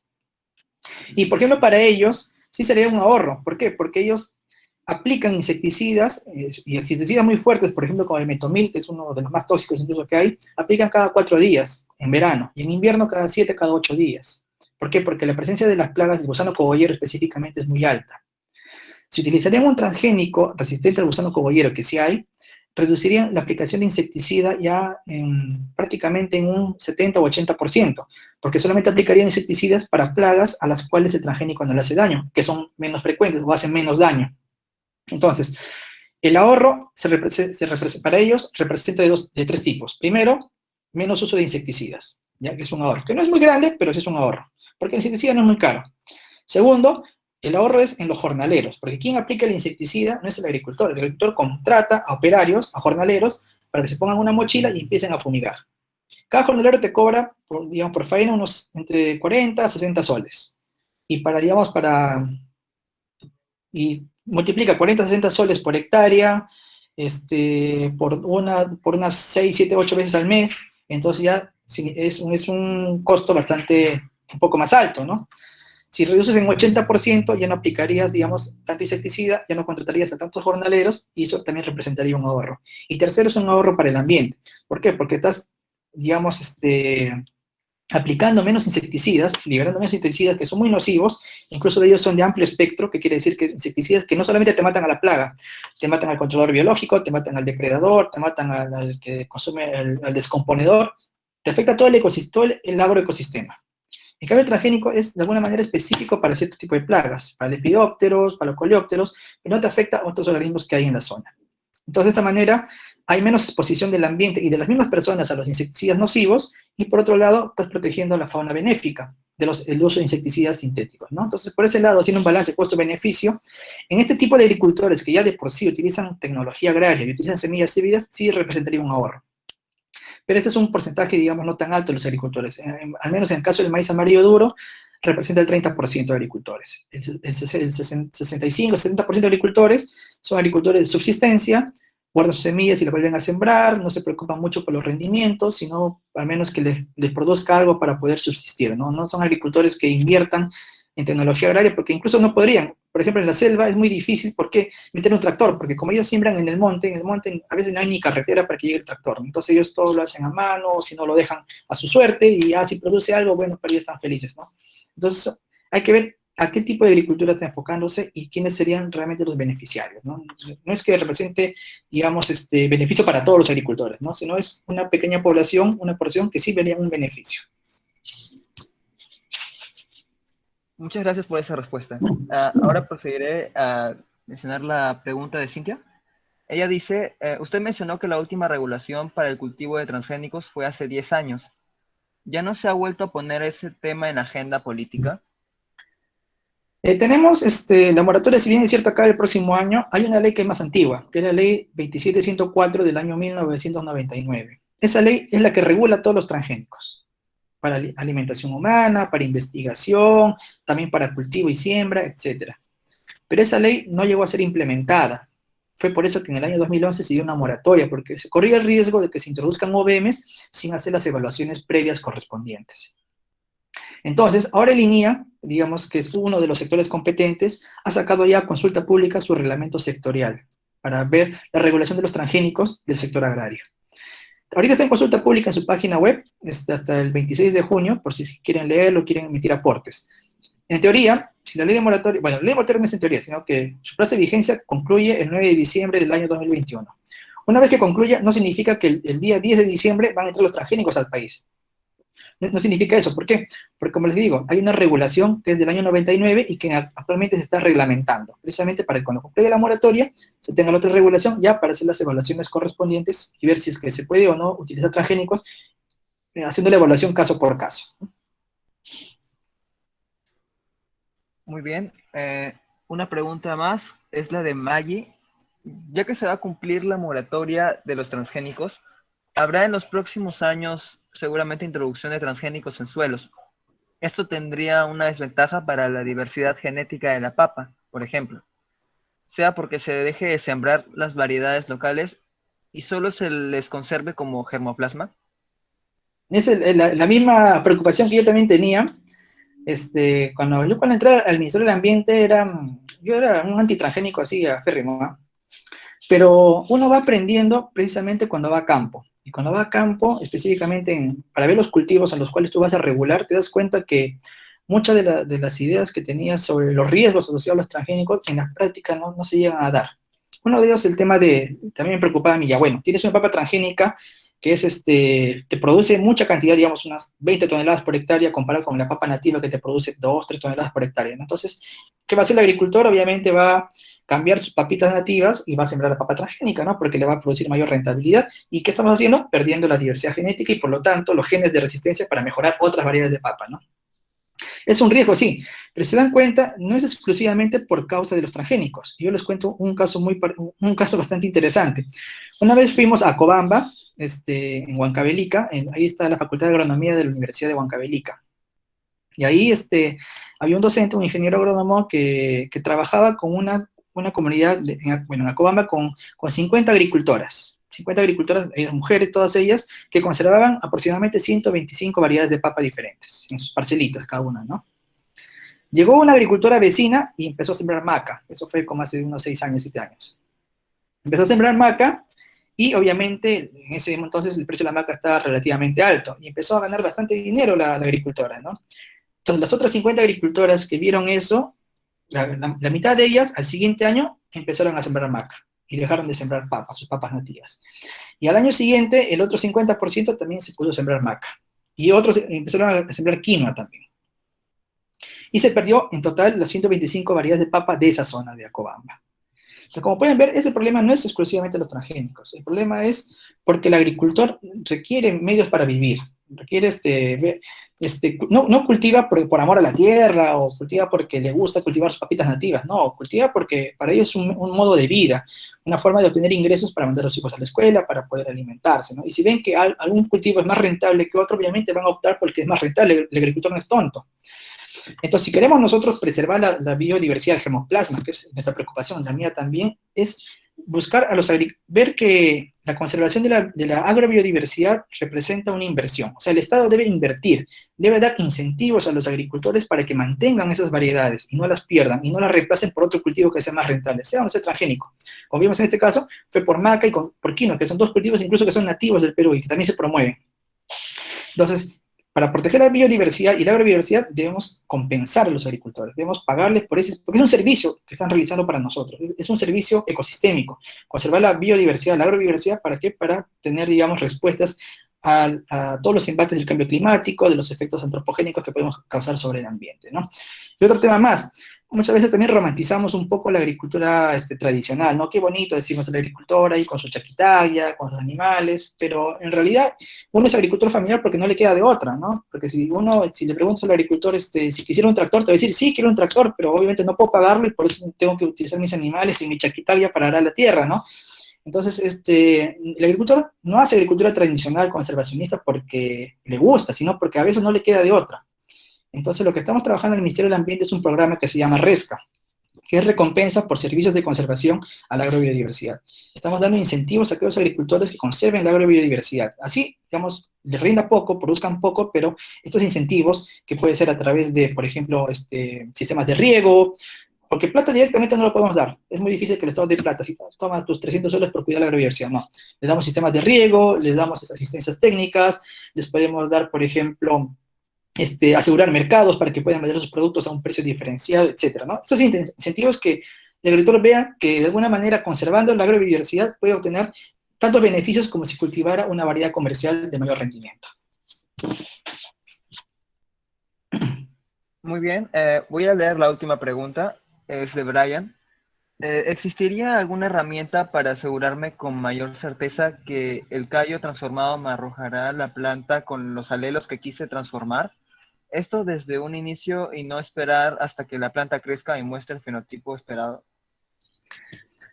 Utilizando Agrobacterium y pistola de genes es muy complicado. Es decir, tiene que ser transformar cientos de callos y hacer tus pruebas etapa por etapa, primero en tus bandejitas, en tus almácigos, en tu laboratorio, luego en tus macetas, luego un campo experimental, y así vas depurando y seleccionando hasta que te queden pocos eventos que sí han incorporado el transgeno donde tú quieres, ¿no? Porque Agrobacterium y la pistola de genes es muy, muy aleatorio la introducción del gen, ¿no?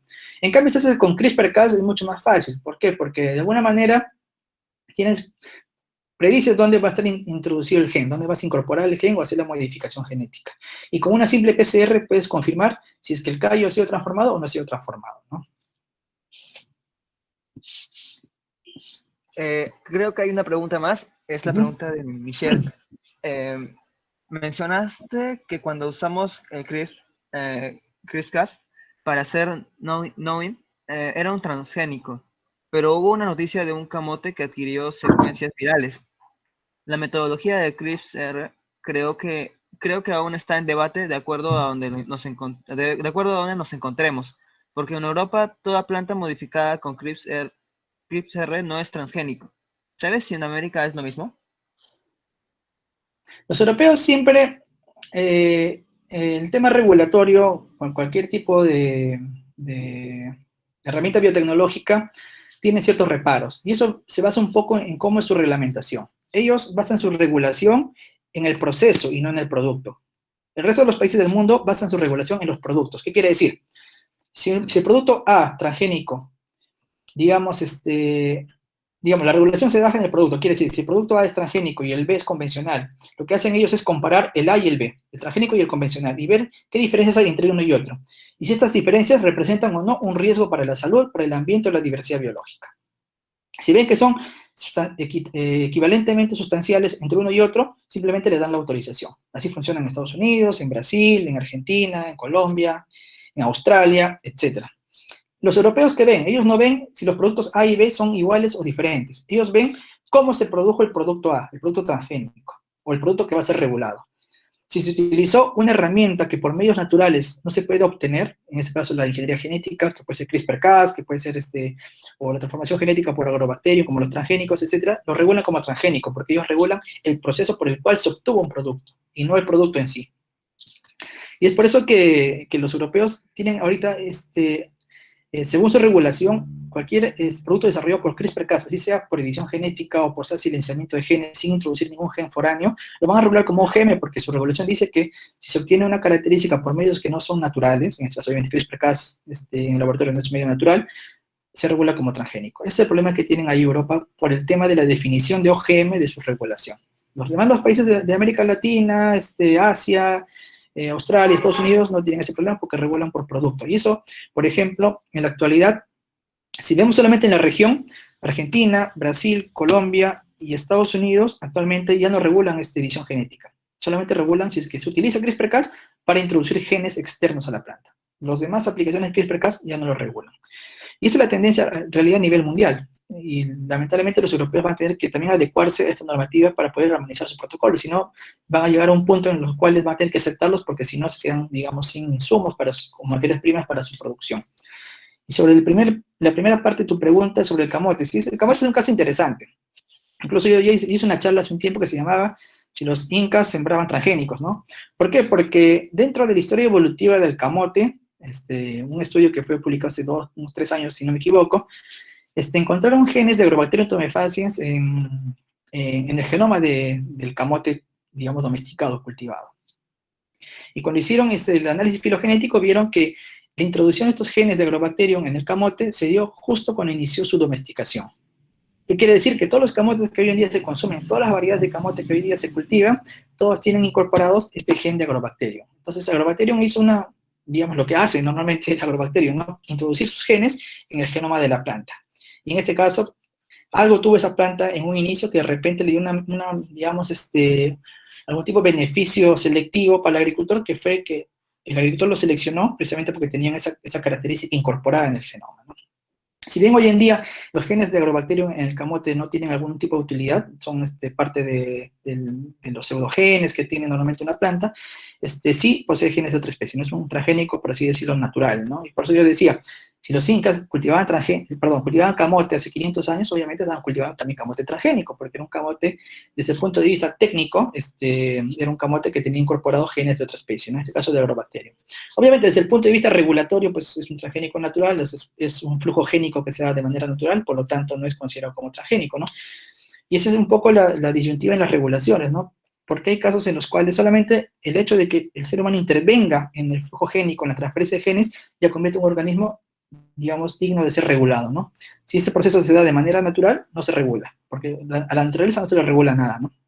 Y está bien que así sea, porque obviamente en la naturaleza se da, si bien es cierto, este tema de flujo génico, de transformación genética natural, pero también el camote pasa por un proceso evolutivo, que hace que el gen empiece a fijarse en la población, se adapte y finalmente no constituye algún tipo de riesgo o impacto para el producto final, ¿no? De repente, uno cuando introduce un transgen, como es aleatorio, de repente puede afectar una ruta metabólica o un gen propio del organismo y que puede, por ejemplo, sobreexpresar una toxina que de por sí hay en las plantas. Por ejemplo, en la papa, la solanina es un producto natural de la papa, que todas las papas producen solanina, pero digamos, la cantidad de solanina que produce la papa es tan baja que de alguna manera no nos genera ningún tipo de daño. Pero ¿qué pasaría si un transgen se introduce justo delante del gen que expresa la solanina?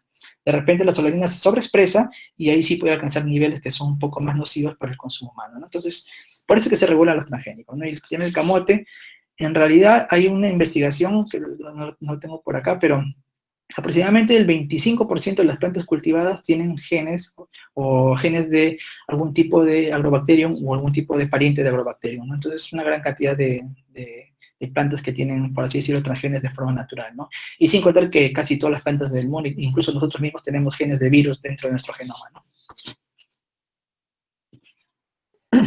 Muchas gracias por todas tus respuestas, David. Entonces, no va a haber regulación de CRISPR-Cas en Perú. Ya. Para el caso del Perú, con respecto a CRISPR-Cas, todavía está en proceso de discusión, porque la regulación, como les comentaba, la de línea que va a sacar próximamente, solamente se enfoca en transgénicos. En función a las primeras discusiones que hemos tenido con ellos, es que vamos a seguir la tendencia de los países de la región, ¿no? Que es solamente regular CRISPR-Cas cuando se utiliza para introducir genes en lugares específicos, ¿no? Genes de otras especies o de otros organismos. Cuando se usa CRISPR-Cas para editar genes propios de la planta o de cualquier organismo, o para silenciar genes de cualquier organismo, en ese caso no se va a regular y se va a considerar como si fuera un convencional. Disculpe por interrumpirlo, David. No me preocupes, no había visto la pregunta. Está bien. Entonces, con esta última pregunta ya damos por terminado esta ronda y le daré el pase a mi compañera Mónica. Muchas gracias. Buenas noches a todos. Bueno, ¿algunas palabras que quieras decir, David, antes que finalice tu charla? Bueno, no sé, por acá de todo el público existente, algunos eran ecólogos, otros biotecnólogos, y finalmente, de repente, otros son ingenieros ambientales, otras carreras.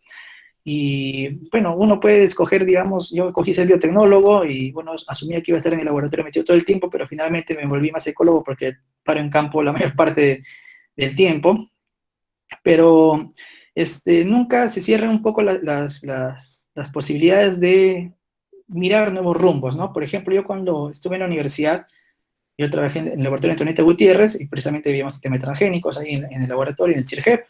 Bueno, hice mi tesis en lo que es caracterización molecular en orquídeas que tenía ahí en el laboratorio, pero después me fui al IPEN y estuve un año y medio viendo radioisótopos, producción de radionucleótidos para medicina nuclear, que era un tema completamente nuevo y ajeno para mí, que nunca lo había visto, pero digamos te da otra perspectiva, otra visión de lo que vas a realizar, ¿no? Entonces, yo dije, no, yo voy a ser biotecnólogo de plantas, no voy a dedicarme a hacer biotecnología de plantas, pero por ahí me salió el tema de fármacos, de radiofármacos, de ahí subí el INS viendo el tema de bacterias que producen enfermedades humanas, hasta que volví otra vez a lo que había empezado, ¿no? Que era el tema de los transgénicos, ya desde el punto de vista de regulación, ya no tanto desde el punto de vista de desarrollo, de investigación, como en un inicio me había planteado, ¿no? Entonces siempre la vida te va a llevar por diferentes rumbos, no hay que cerrar no solamente a hacer un tipo o planificar hacer un tipo de investigación, un tipo de proyecto, sino ver a otros rumbos te pueden llevar, porque finalmente puedes terminar en el mismo lugar donde empezaste y seguir, digamos, con más experiencia adquirida, ¿no? Es un consejo que les doy a todos ustedes. Gracias.